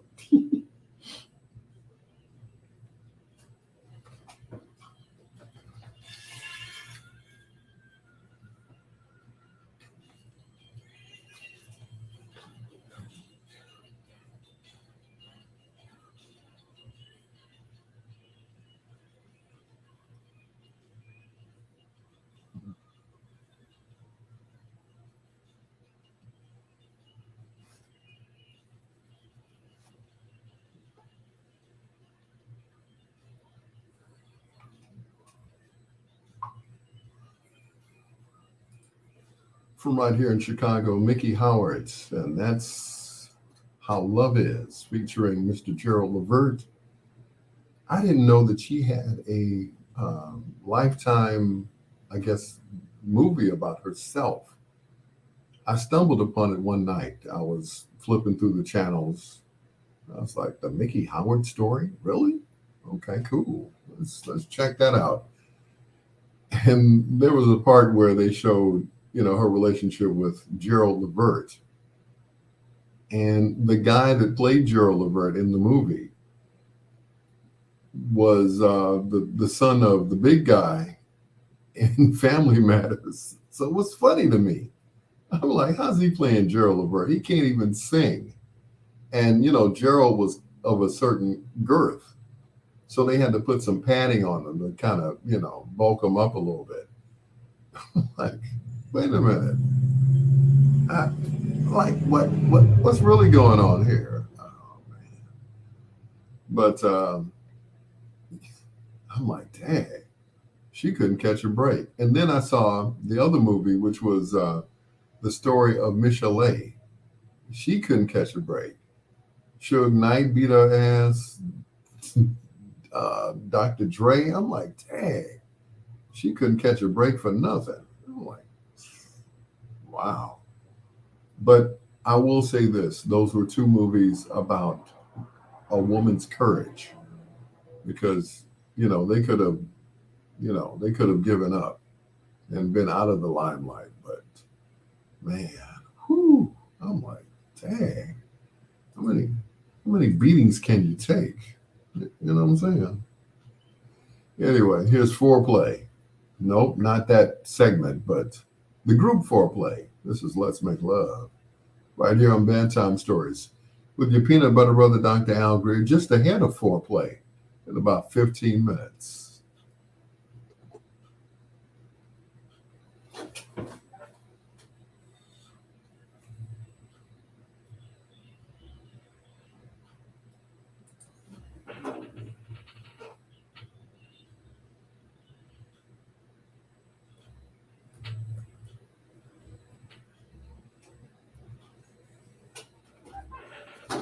Slick Vic. What's going on, Slick Vic?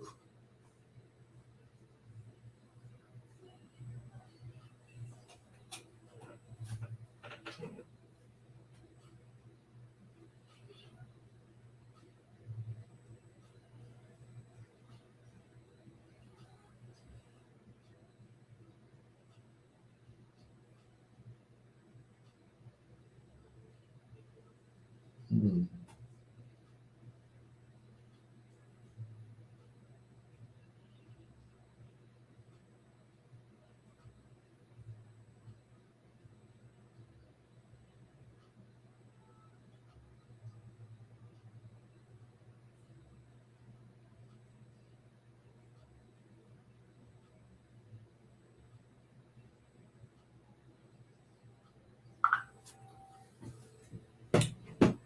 When you say Lady Lynn Yolanda, barbecue. Okay. What about barbecue? I don't I don't eat ribs. No pork on my fork.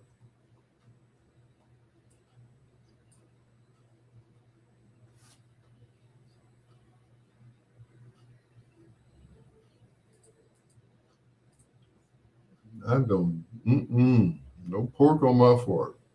Making the bacon so I can be like you when I grow up.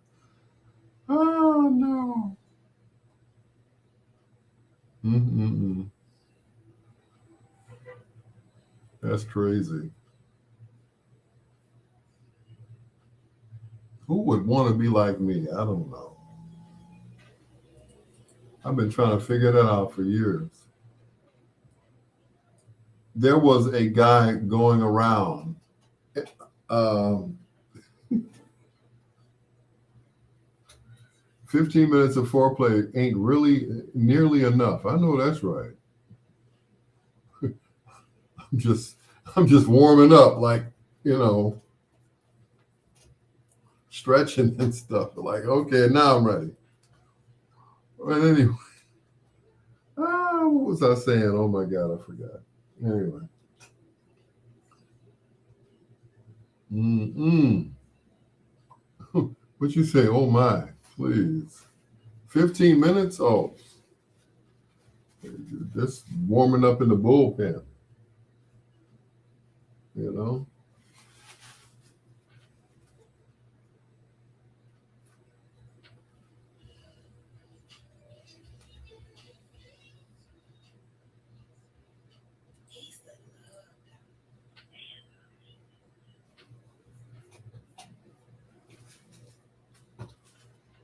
Mm-mm. Oh, now I remember what it was. There was this guy going around telling everybody that he was Barbecue Bobby.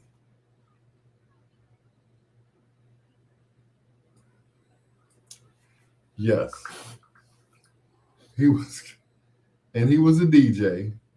Now, the original Barbecue Bobby was a DJ slash radio personality on WKKC back in the day. And this guy was going around telling everybody that he was Barbecue Bobby.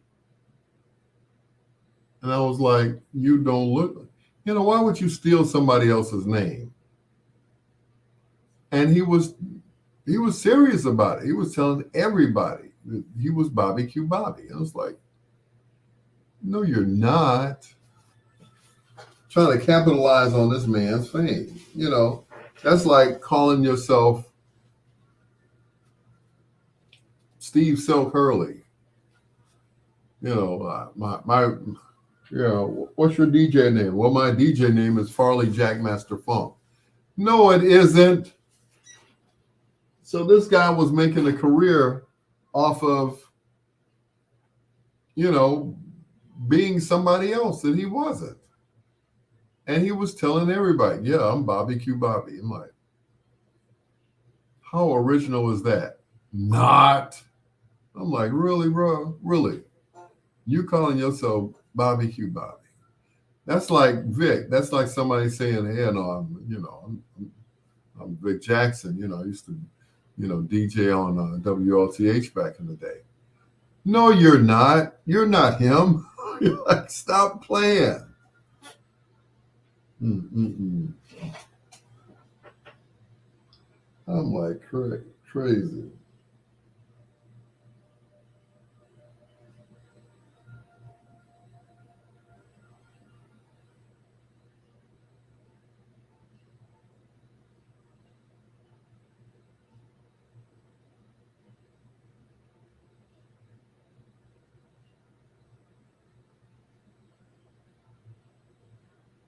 Mm-mm. I was like, what?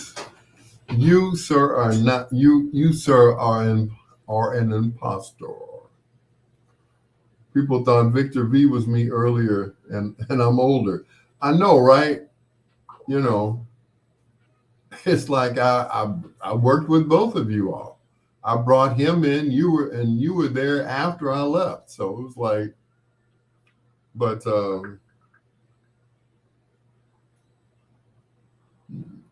You know, there's a Victor Vincent and then there's a Victor Jackson, and they both worked at WLTH.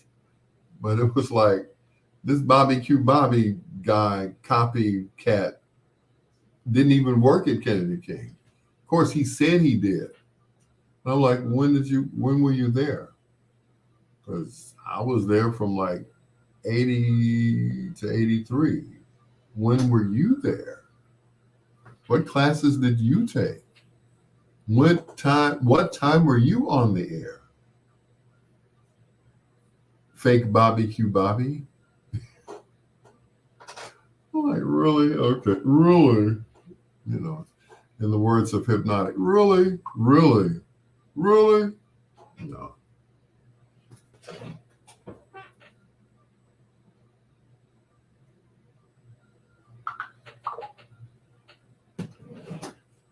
I'm like, so you are an imposter. I challenge you to a duel because you are an imposter. Steal somebody else's identity. I wish I would meet a mother that called himself Al Greer. I'm like, if it ain't my son, it ain't no Al Greer, okay?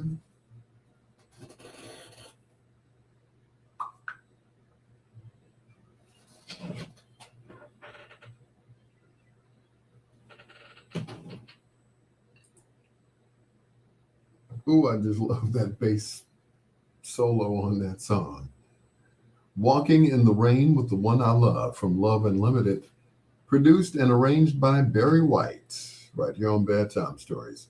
The show designed with the lovers in mind, where we put you to bed, but never, ever, ever to sleep with the greatest love songs of all time. I have a confession to make, ladies and gentlemen. I am addicted to both OfferUp and Facebook Marketplace. All the things that you see or do not see or hear, I got from OfferUp, which is an app where you sell your stuff once you don't want it anymore, and Marketplace, same thing, you know, Facebook Marketplace. And the third one is eBay. So I bought a microphone off of eBay.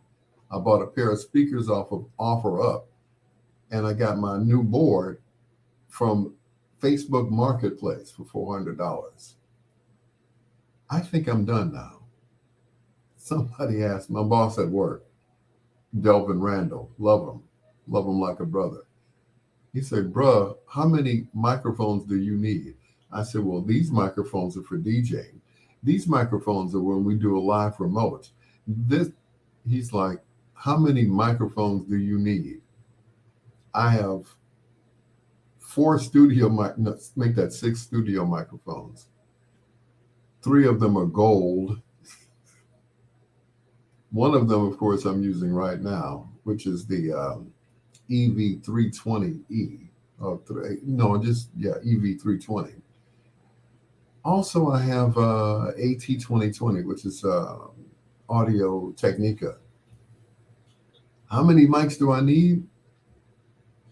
I don't know. I think I'm through now. I'm definitely through now. I'm damn near out of money. Foreplay next after this one from the Whispers. This is their version of Whip Appeal from their Babyface songbook right here on Bedtime Stories with your peanut butter brother, Dr. Al Greer.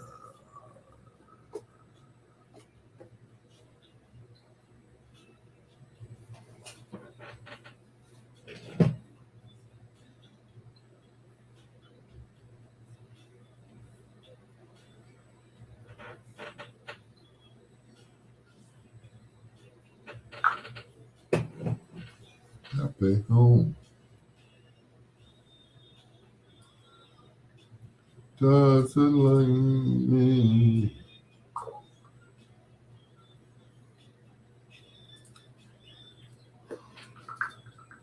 Oh, sure, man.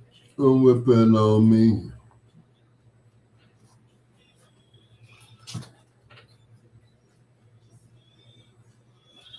I know, right? Both of you all were pretty popular.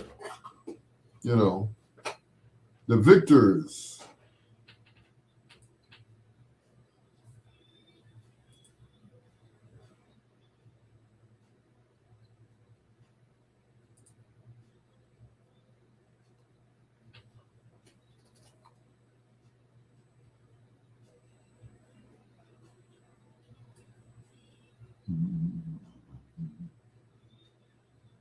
Yeah, both of you are pretty popular back in the day.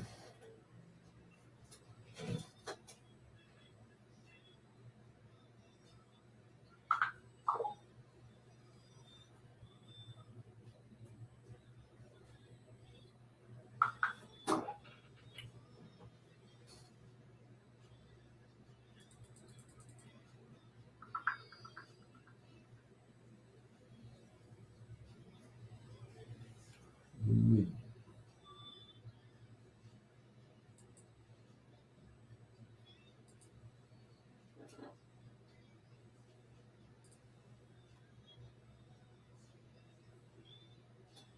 You got better with the pill.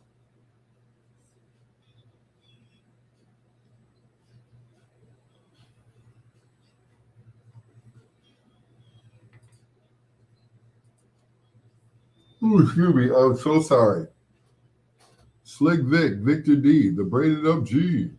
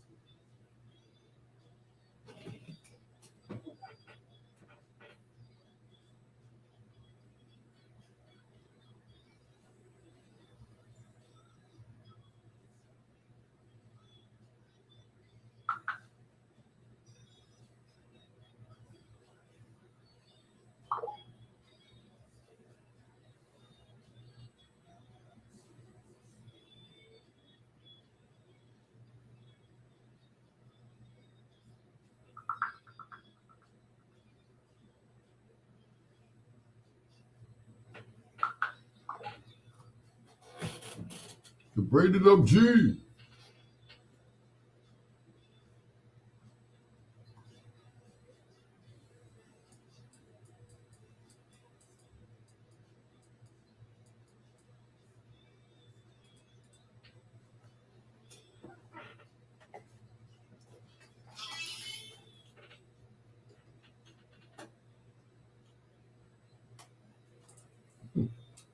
Love that song.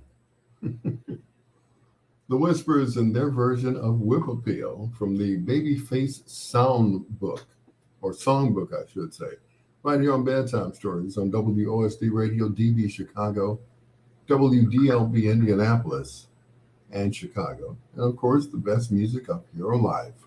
It's your peanut butter brother, Dr. Al Greer, just ahead of foreplay. But right now, here's that really loud commercial that Troy hates so much that pays us so much money every month. It's the Grubhub delivery dance.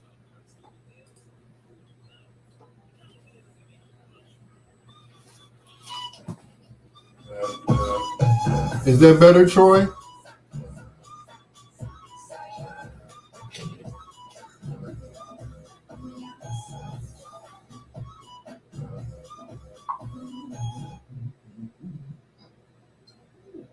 Get the food you love with perks from Love What You Love. Was that better, Troy? Troy Anthony had a problem with me playing my commercial loudly. I'm sorry. He said he already hit the mute button. Grubhub, a proud sponsor of Bedtime Stories, right here on WOSD Radio DB Chicago, WDLB Indianapolis and Chicago, and of course, the best music of your life here in Chicago, a Ray Neal media station. It is time for foreplay. And I promise this is going to be a good one. This is going to be a real good one tonight. Originally, these guys were called White Heat. They came to the attention of Mr. Barry White, who made them sign this contract without reading it. So, of course, he owned the rights to White Heat. He owned all the music and everything else. But later on, this is what happened. They were shopping for a record company, and they came to the attention of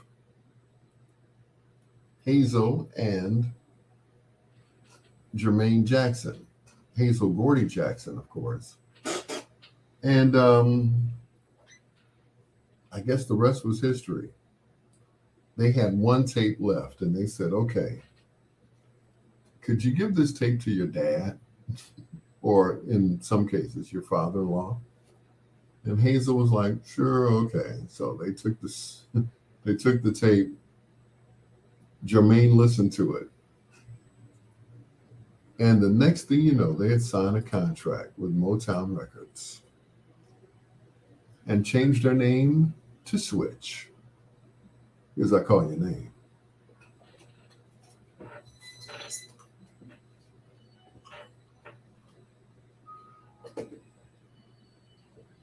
I call your name because you're lame.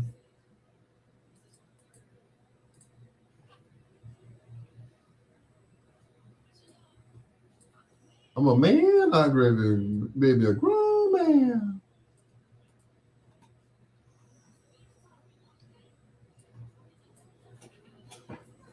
Yep, Jermaine Jackson.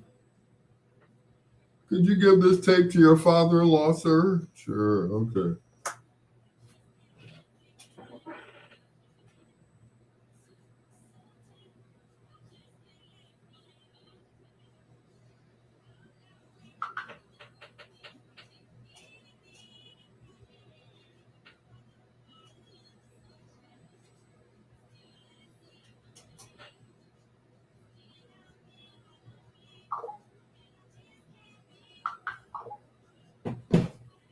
Yep, Jermaine. Jermaine was the ones that put them on the map.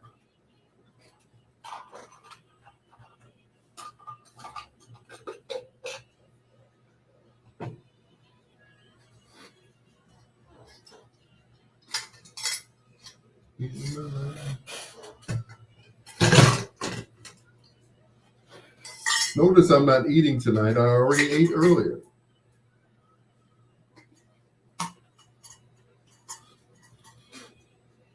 It was delicious and nutritious. I had, for dinner, I had McDonald's. I didn't want to show it to you guys, but you know. Love the stories you and Herb used to do that so well. That's why I love bedtime stories and foreplay. Thanks, Vic.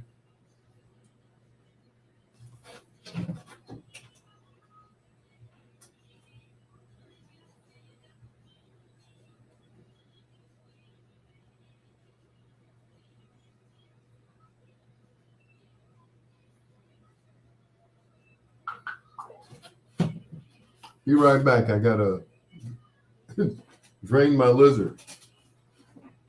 Dear lizard, lizard, lizard.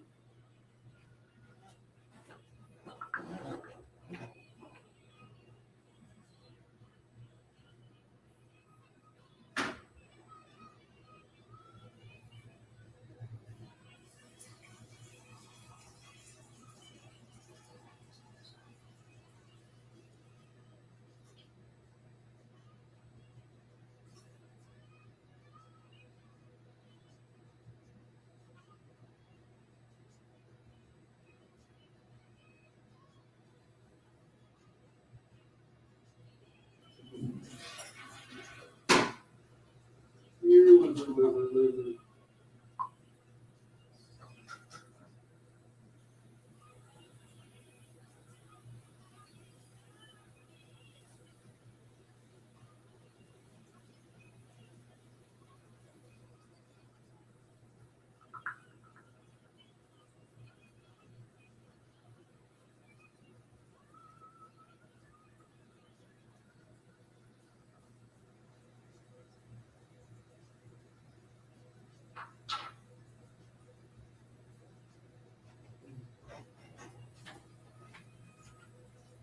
Oops, still got time to get some water. Hey, Val. Wait a minute, let me stop. Hey, Val. Is this the real Val? Because I got hit up the other day by a fake Val who was trying to extort me for some money. I'm like, it was like some kind of scam or something.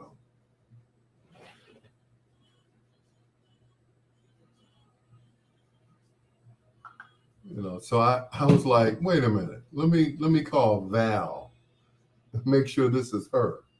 Is she okay? All right. Because somebody posted a picture of your breasts. And I looked, I'm like, those are not Val's breasts. I mean, I gotta get some water.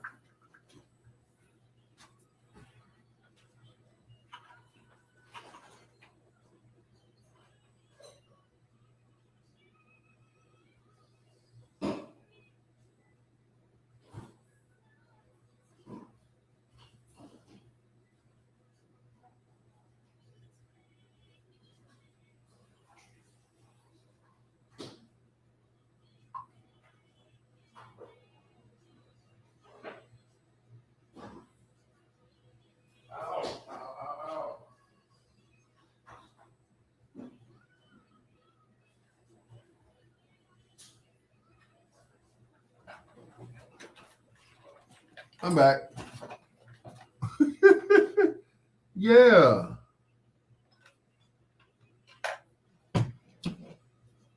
I mean, come on now. How long have we known each other, Val? I'm like, I know, even covered up, I know what they look like. I know that they weren't yours. I'm like, who is this imposter with bad posture? Mm.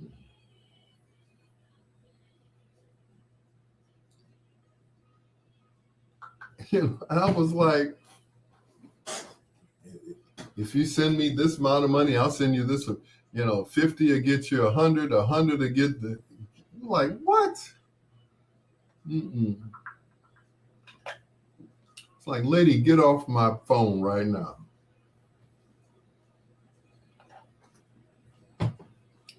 Shoot, I'm at work and this is going on. I'm like, lady, are you crazy?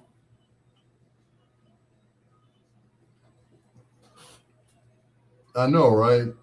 We've known each other a long time. And like I said, I'm like, I know they weren't yours. I'm like, trying to entice me. And like, oh, and you buy this and you get this. I'm like, no. How about you get this? You're not her.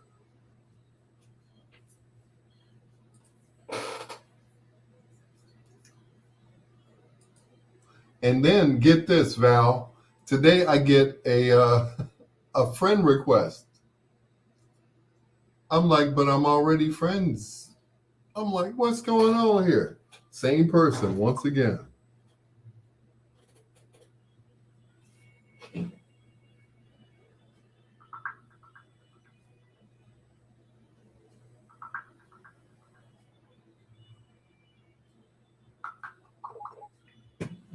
I'm like, big time scam.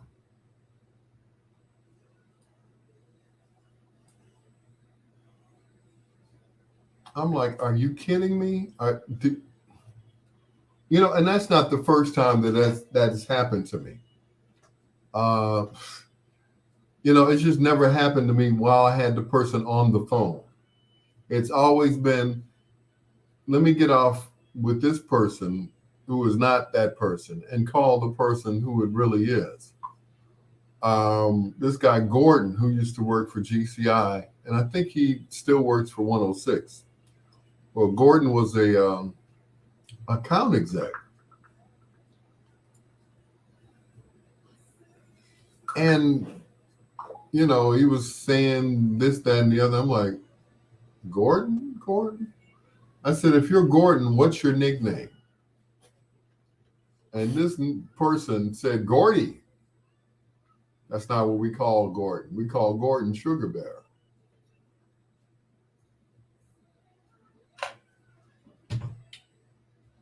And FB won't take that page. I know, right? So this guy or person, whoever was pretending to be that guy. He just went on and on. I said, if you're Gordon, then what color is your wife? And he said, black, of course. Gordon's wife is white.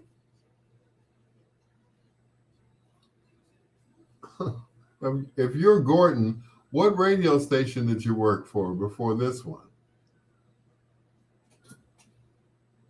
So at that point, I'm just playing with the person, right? I'm just playing with them.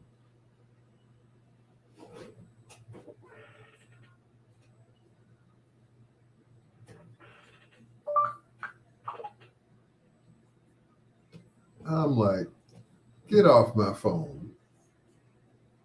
You are not that person. You are just wannabe.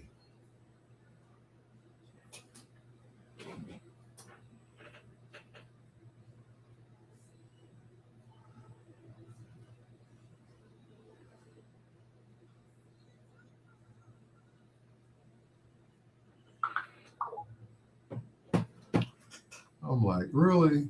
Really? You know, and they went on and on. Like, if you don't believe it, I'll, I'm like, you're not going to do nothing. If you don't believe me, they showed me how they had paid off somebody else or whatever. And then with Val's page, they showed a picture of Val holding her own ID. I'm like, really? Where'd y'all get that picture from? I mean, they had a whole phony profile. And get this, Calvin Bridges, the gospel singer, somebody made a whole page and changed his name. His picture's there, but they call him somebody else. I'm like, dang.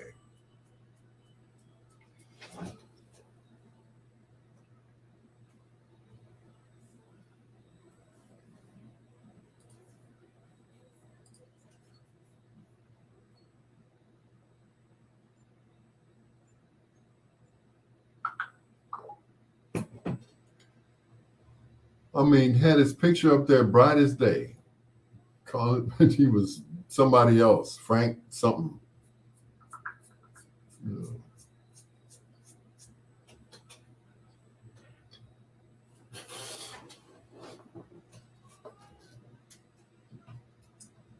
I'm like, you people they are desperate.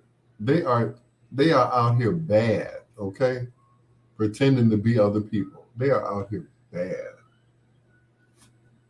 And it's just ridiculous. It's sad.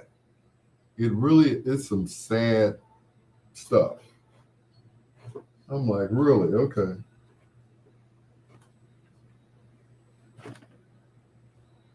How can you take somebody else's identity and, then they get mad.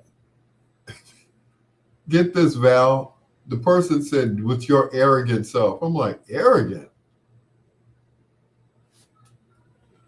That's why I posted what I posted on Facebook. I'm like, yeah, let another call me arrogant, okay?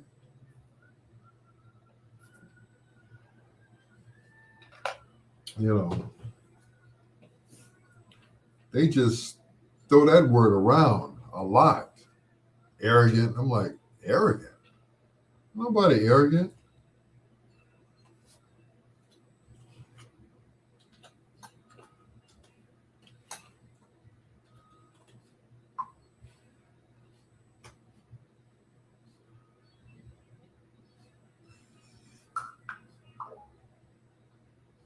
Ain't nobody arrogant. Let's see, 1,000.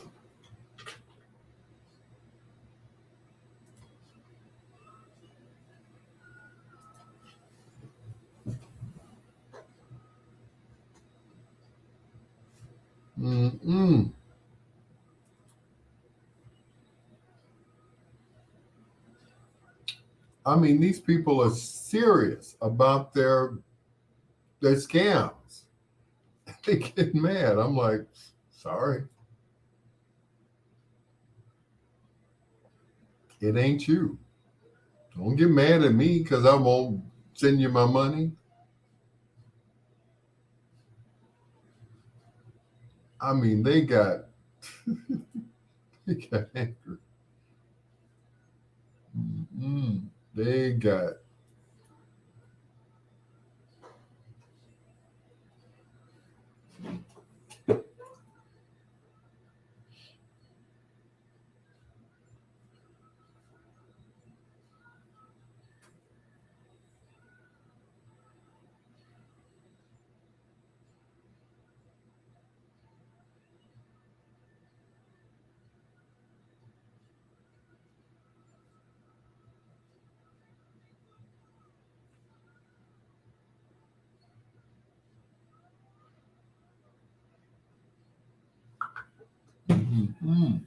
Yep, they call me arrogant because I wouldn't give them my information.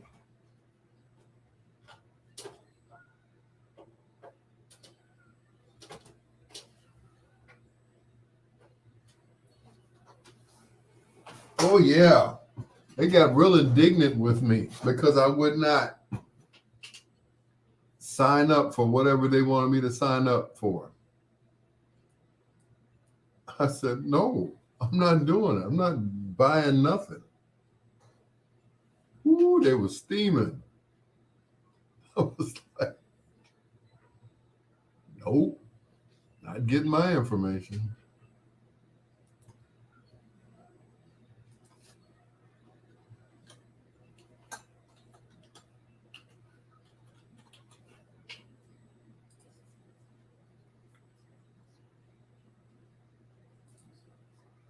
Whew. I mean, they got stupid. I said, so at the end of the conversation, because we went back and forth for about 3-4 minutes. That's when I was calling you. I called Chef Craig. Chef Craig, I had him cracking up. He's like, I said, this person sent me a picture of Val's breasts, and I know those aren't her breasts. He said, well, I guess you know. I guess you know better than I do. Like, you damn right. I know what they look like. Them ain't her breasts. And that was the end of it. I said, so at the end of the conversation, I said, nice breasts anyway. And they finally let me go. They blocked me. How the hell are you gonna block me? You gonna block me? Okay.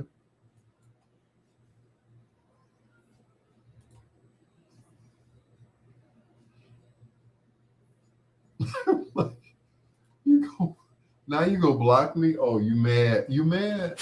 You mad? Oh.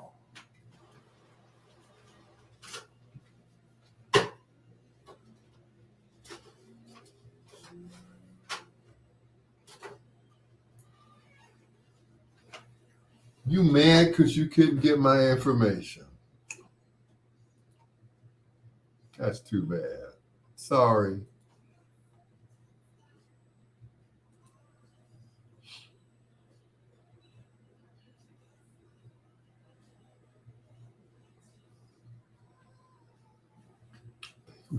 Ooh, they were pissed. You arrogant son of a... I'm like, what?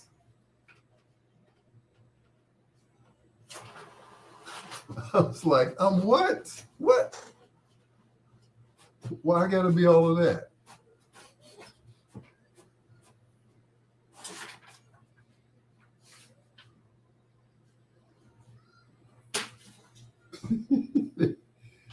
I think if I was standing in front of them, that they might have wanted to choke my ass or something. So that's how I ended the conversation. I said, well, nice breasts anyway. So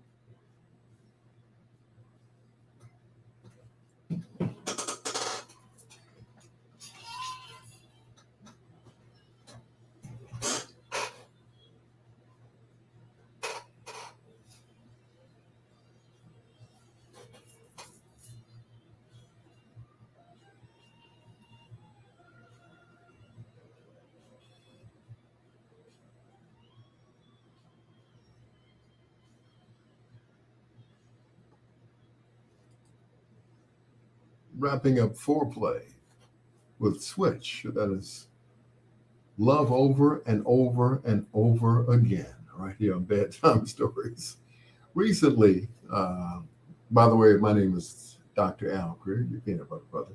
Recently, I got I guess you could say either a friend request or a request to sign up for something on Facebook. And this person was claiming to be someone that I knew. So I guess to get my attention in order to, accept their friend request, they sent me a picture of a certain part of their anatomy. It was a woman. So it was the top part of her anatomy. And I was like, so I called the real person. I said, someone's pretending to be you on Facebook. I said, and they posted a picture of some breasts. I know those ain't your breasts, girl. I know what they look like. That ain't you. Shame on people. They shouldn't do that. They really shouldn't. I'm sitting there having a conversation with both of them, the fake one and the real one, right? It was so funny. Shout out to Valerie Belcher, the benefit lady on Bedtime Stories with your peanut butter brother, peanut butter brother, Dr. Al Greer. I'm getting tired now. Here's Herb Alpert and company making love in the rain. Talk about getting wet, right? Bedtime Stories with your peanut butter brother, Dr. Al Greer.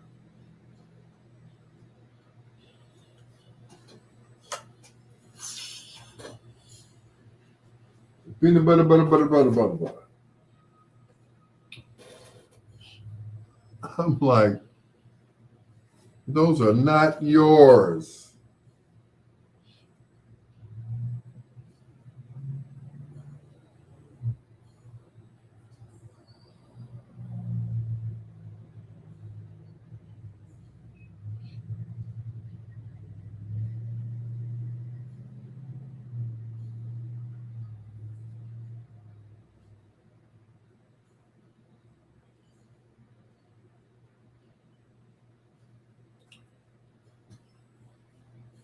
You happen to like water, right? Yes, I do.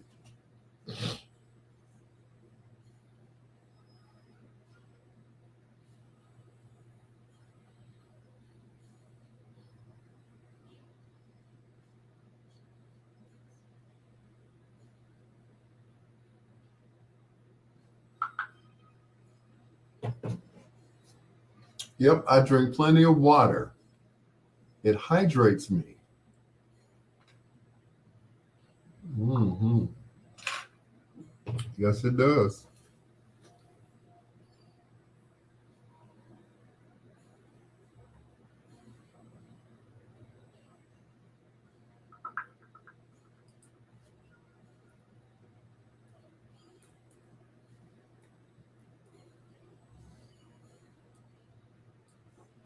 Yep. Especially when you're my age, you got to drink plenty of water. It's good for the diabetes disease.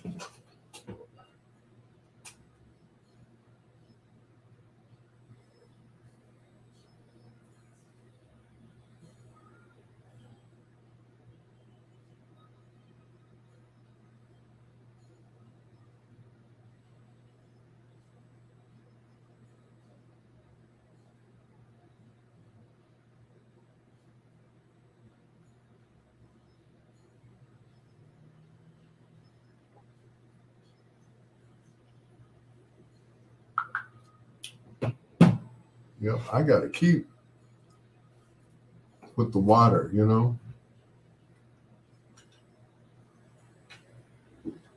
Now, what I drink afterwards, that's a different story.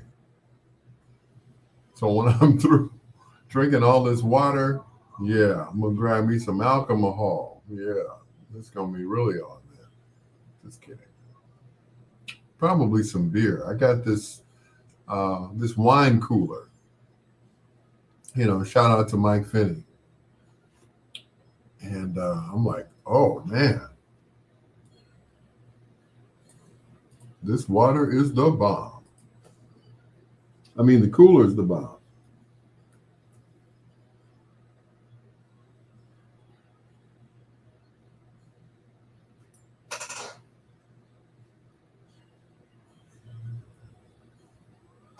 Yep.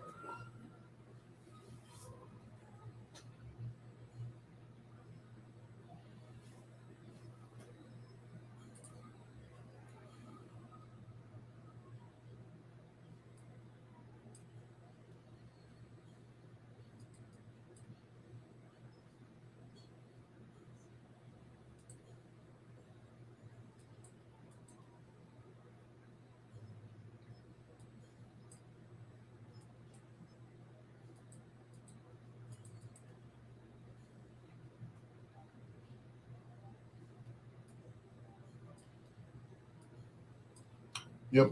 I try to drink. They say what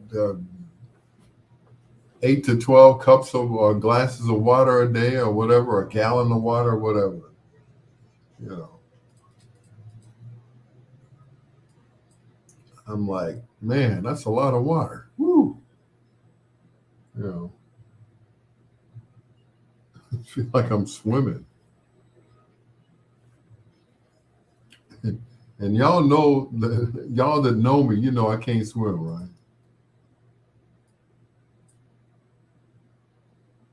Just too much damn water.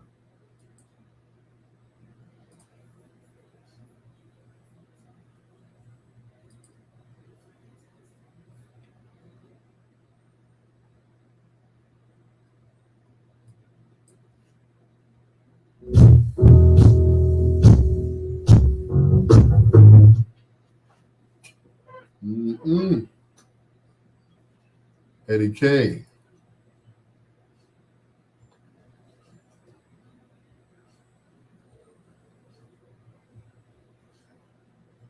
So one of my students was on earlier today, Daisy.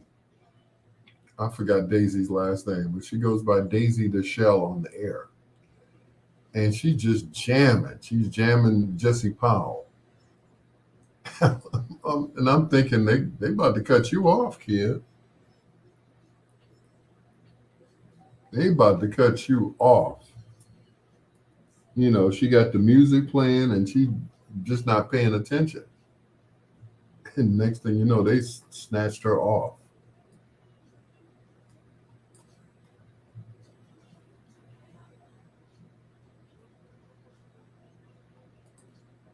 Snatched her off quickly with the quickness.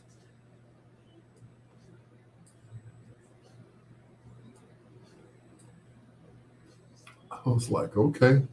So, you know, once they shut her down, you know, she came back up. She said, I'm back. I was like, okay. And she had that music still up. Facebook don't care if you say, I don't own the rights to this music. Like, well, don't play it then. If you don't own the rights to the music, don't play it. That's it.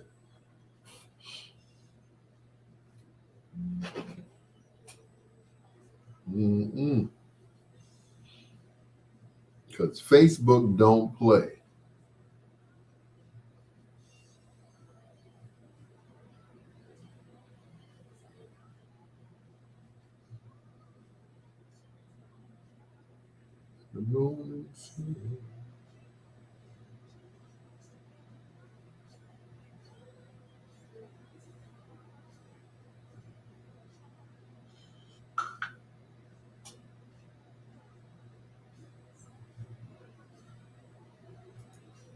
We see eye to eye, your friend. You're it, friends. Excuse me.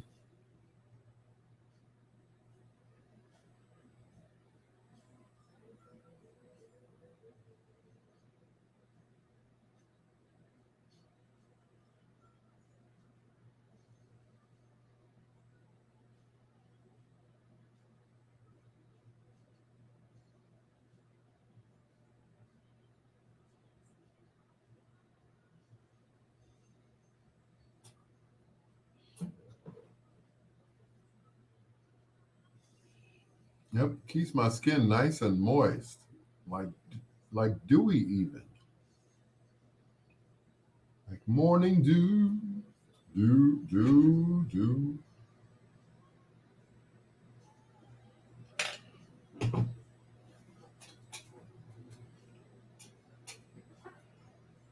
Dewey and the don'ts. Do, do, do, don't.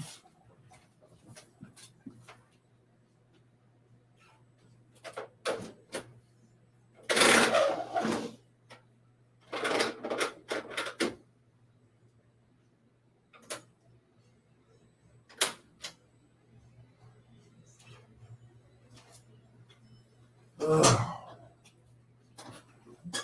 Whew, good God.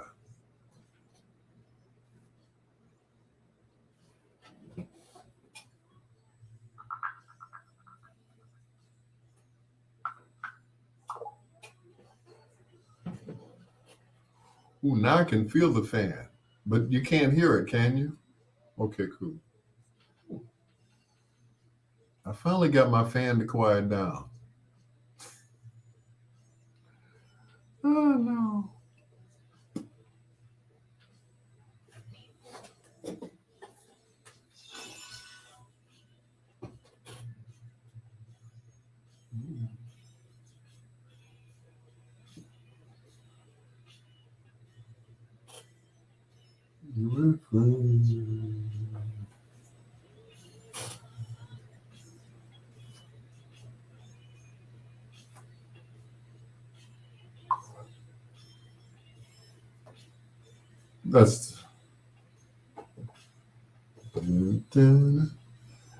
That's what we are.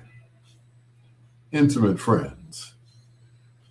Eddie Kendricks. I remember seeing him perform that song at the Temptations reunion a few years ago at the Auditorium Theater, I think it was. Yeah, where it was like 10 of them on stage, like from the Standing on the Top video, it was like a bunch of them. It was like Louis Price and, of course, Dennis Edwards, Eddie Kendricks, Glenn Carl Leonard, Damon Harris. They were all there.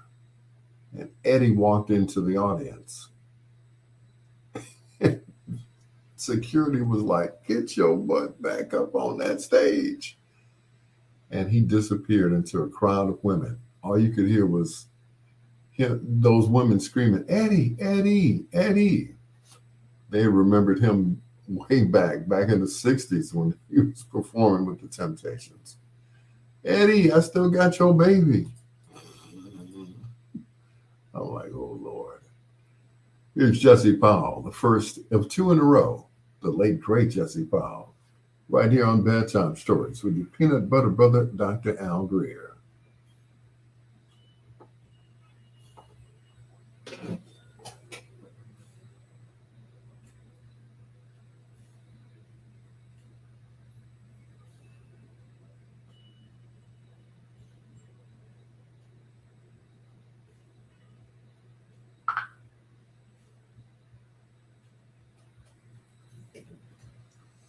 The strangers happening.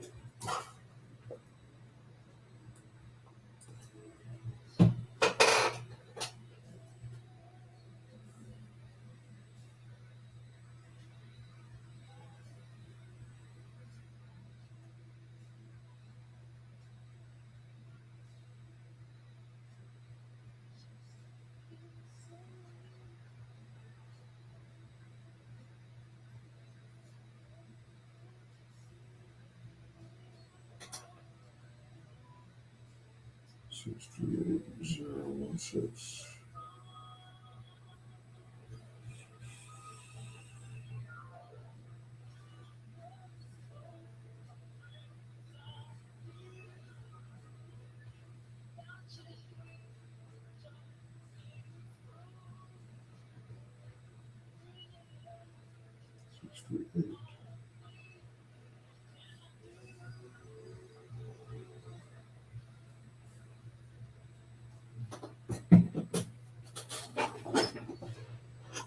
Issue that I need.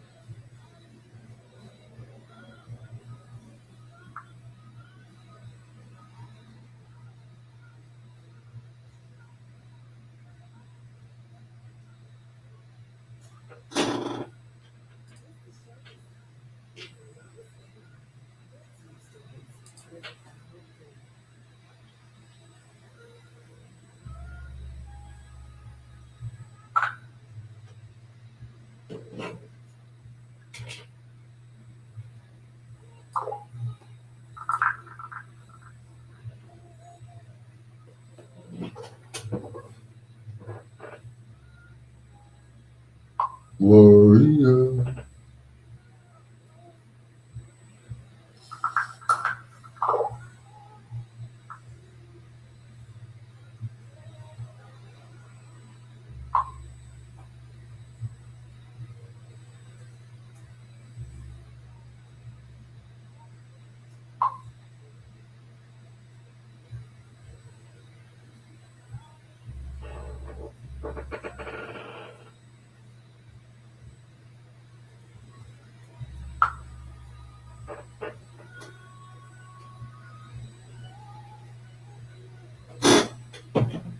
Luana. Hey, don't.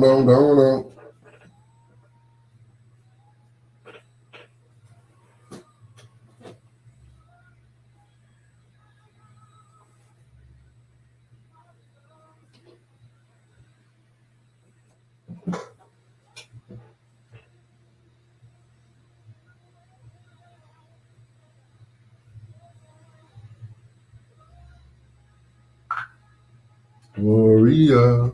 What's going on, Luana? Hey, don't.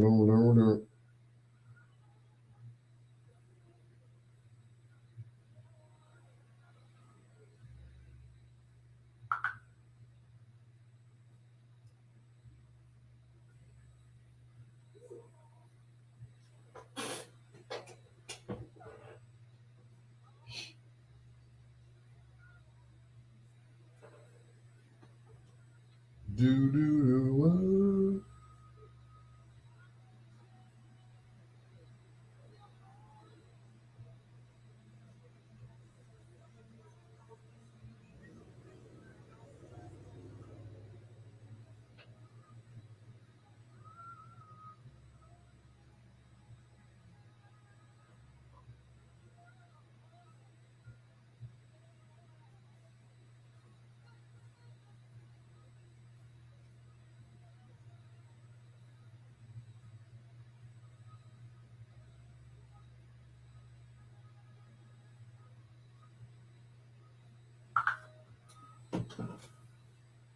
You you take great smile swag pictures. Thank you. Thank you.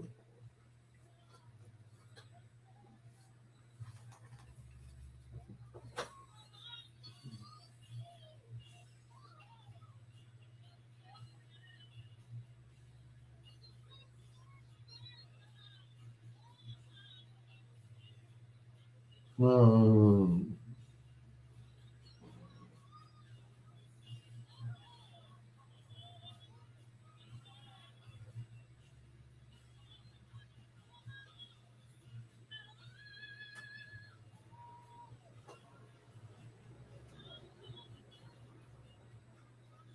Woo! That's what I'm talking about. The great Jesse Powell. Two songs that he did by enchantment. Gloria and It's You That I Need, right here on Bedtime Stories. With your peanut butter brother, Dr. Al Greer, thank you so much for tuning in. Kanisha Fox, thank you. She said, I really enjoyed your show. I appreciate it. I hope you come back and enjoy our show once again, like you did back in the day. Thank you so much. Um, I gotta say this. I had such a great weekend. Started out on Friday with the Taste Entertainment Center reunion. There were so many people there that I hadn't seen in a while, and it was good to see them, especially Don and Larry, Marie, and Gloria, who has not aged. I mean, she's doing something, but she has not aged at all. Also on, let's see, what did I do Saturday? I just drew a blank. But anyway, the Taste Entertainment Center reunion was great. Um, I'm hoping that we can do it again. Oh, Saturday. Thank you, Luana. Saturday was, of course, the M Squad breakfast. A lot of, once again, people hadn't seen in a while. Uh, Greg and all the guys, Gary Tyson, we had such a good time. John Caldwell was there. PJ Willis, Uncle Ray, everybody. Great time, great weekend. Hopefully we can do that again real soon. It's Bedtime Stories with your peanut butter brother, Dr. Al Greer, and the Whispers. Welcome to my dreams on Bedtime Stories.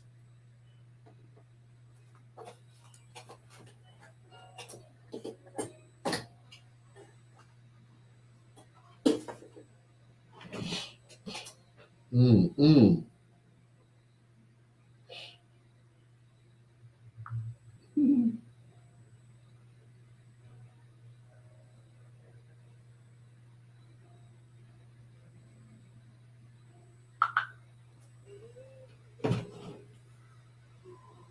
Ooh, Lord.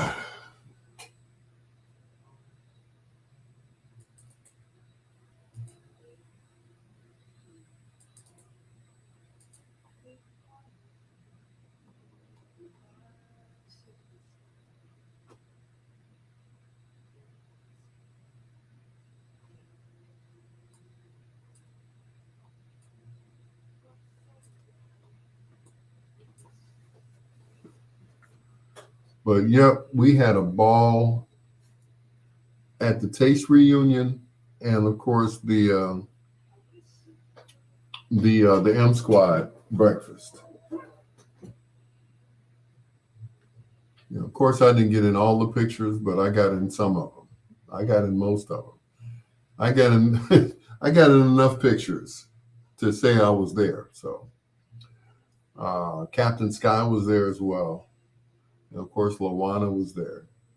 Lawana was the only woman there besides, oh yeah, um, Eiler Stephanie, who of course was or is the daughter of Charles Stephanie, who arranged some of the most beautiful songs to come out of Chicago, really. Yeah.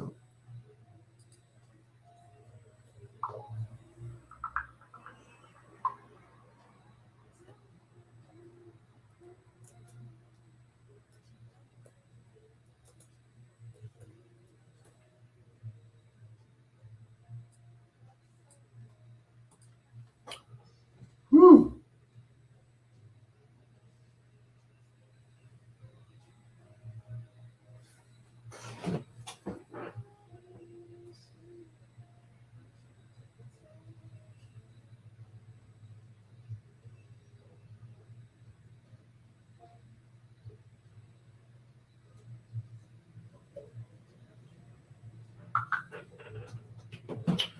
Did you have a Did you have a ball, Lawana?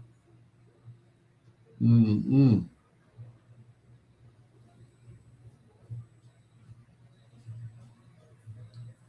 Yeah, we had fun Saturday, I tell you. Just one thing I got to say about Pearl's Place: no salmon croquettes. I was disappointed that there were no salmon croquettes. Hey, I was like, the omelet was good. He could have flipped the omelet a little bit better. To me, it was just, you know, it wasn't an omelet. You know, usually the stuff is on the inside. I could see the stuff on the outside. It was like he was in a hurry. He didn't even flip it. So that was it. But yeah, we had a ball. We had a ball, Alana. It was great.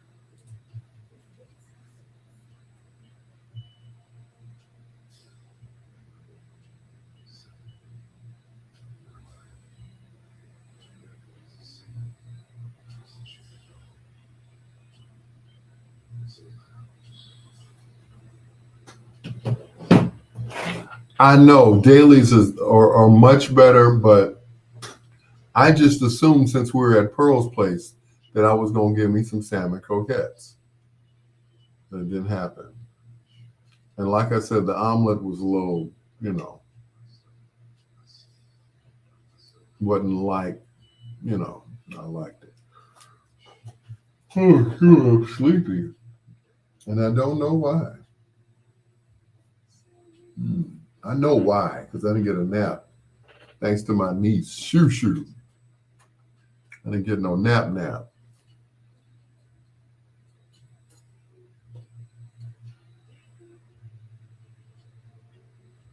But since I'm driving Shoo's car, I am her driver. Driving Miss Shoo.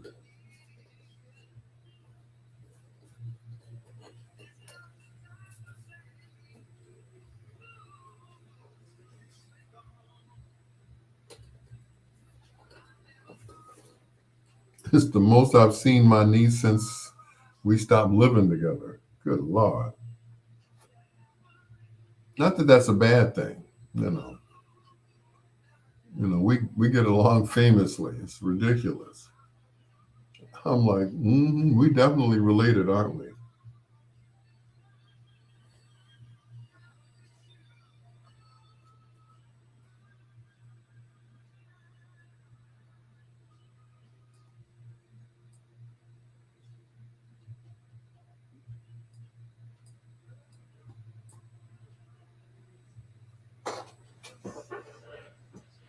Yeah, but Daly's, yes, Daly's definitely has the best salmon croquettes, hands down. But since we weren't at Daly's, it was sad, though. It was sad.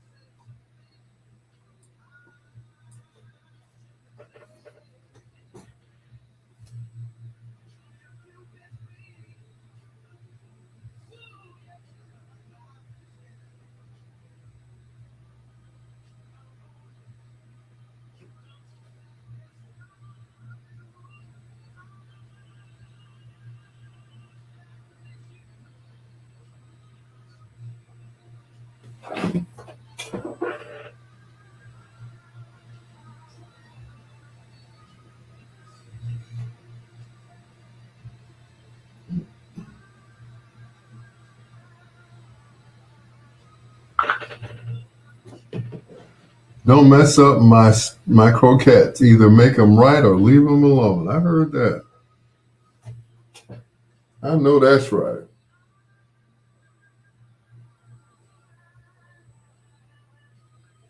So I guess they just left them alone altogether.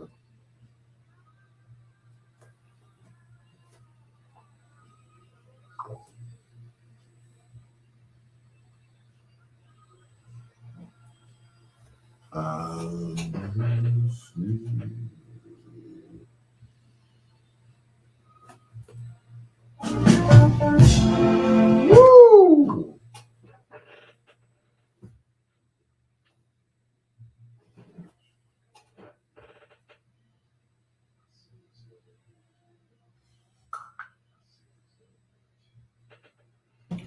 That's right, Tits McGee. Before we even forget, yes, we have to shout out the one and only Tits McGee. Not to be confused with Valerie.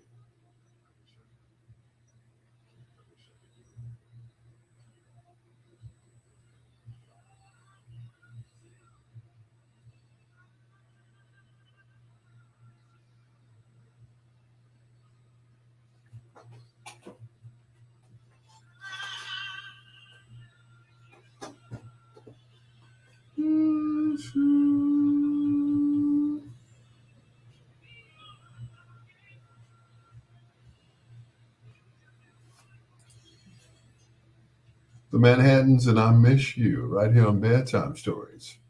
The show designed with the lovers in mind, where we put you to bed but never to sleep with the greatest love songs of all time. With Lakeside and Bullseye.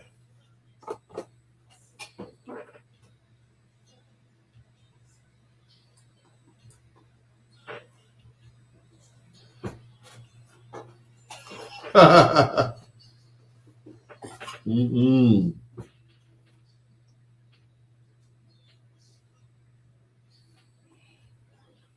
Mm-mm. Somebody trying to imitate you, trying to like them ain't hers. No, don't even play. Those are not.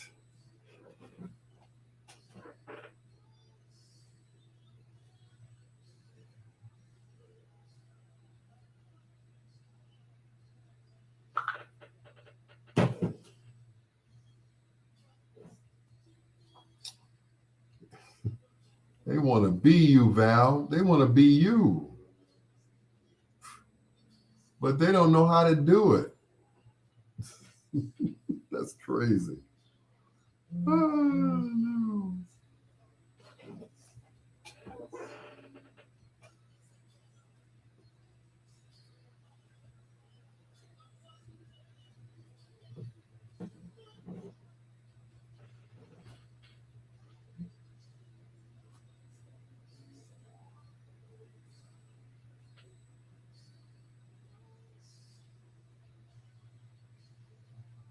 Bullseye, you hit me. You hit me.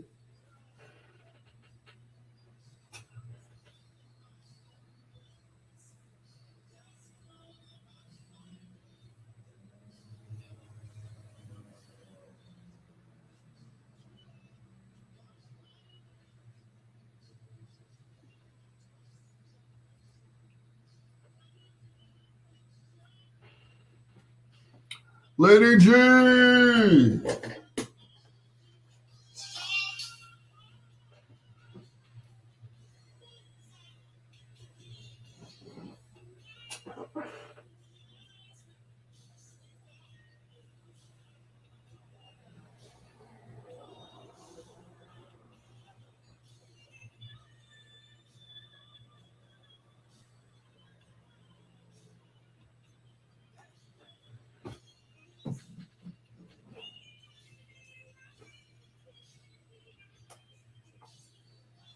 Bullseye, yeah. What a show, what a show, what a show. I sound like Reverend Clay Evans. What a ship, what a ship, what a ship.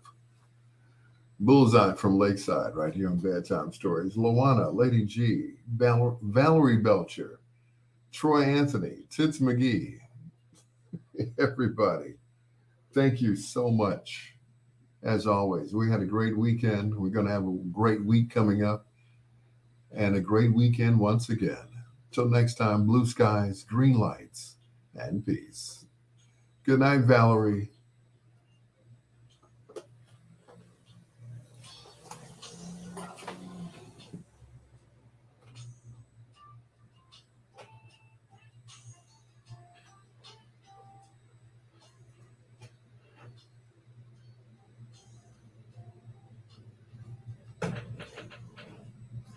Good night, Val.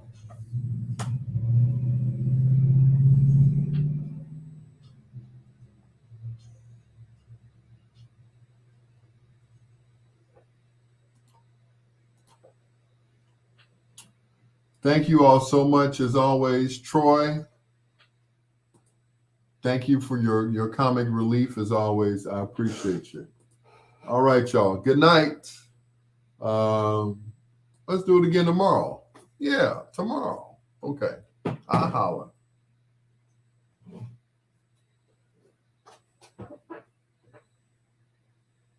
Oh, guess I should shut this off right before I get naked. But only for Val though.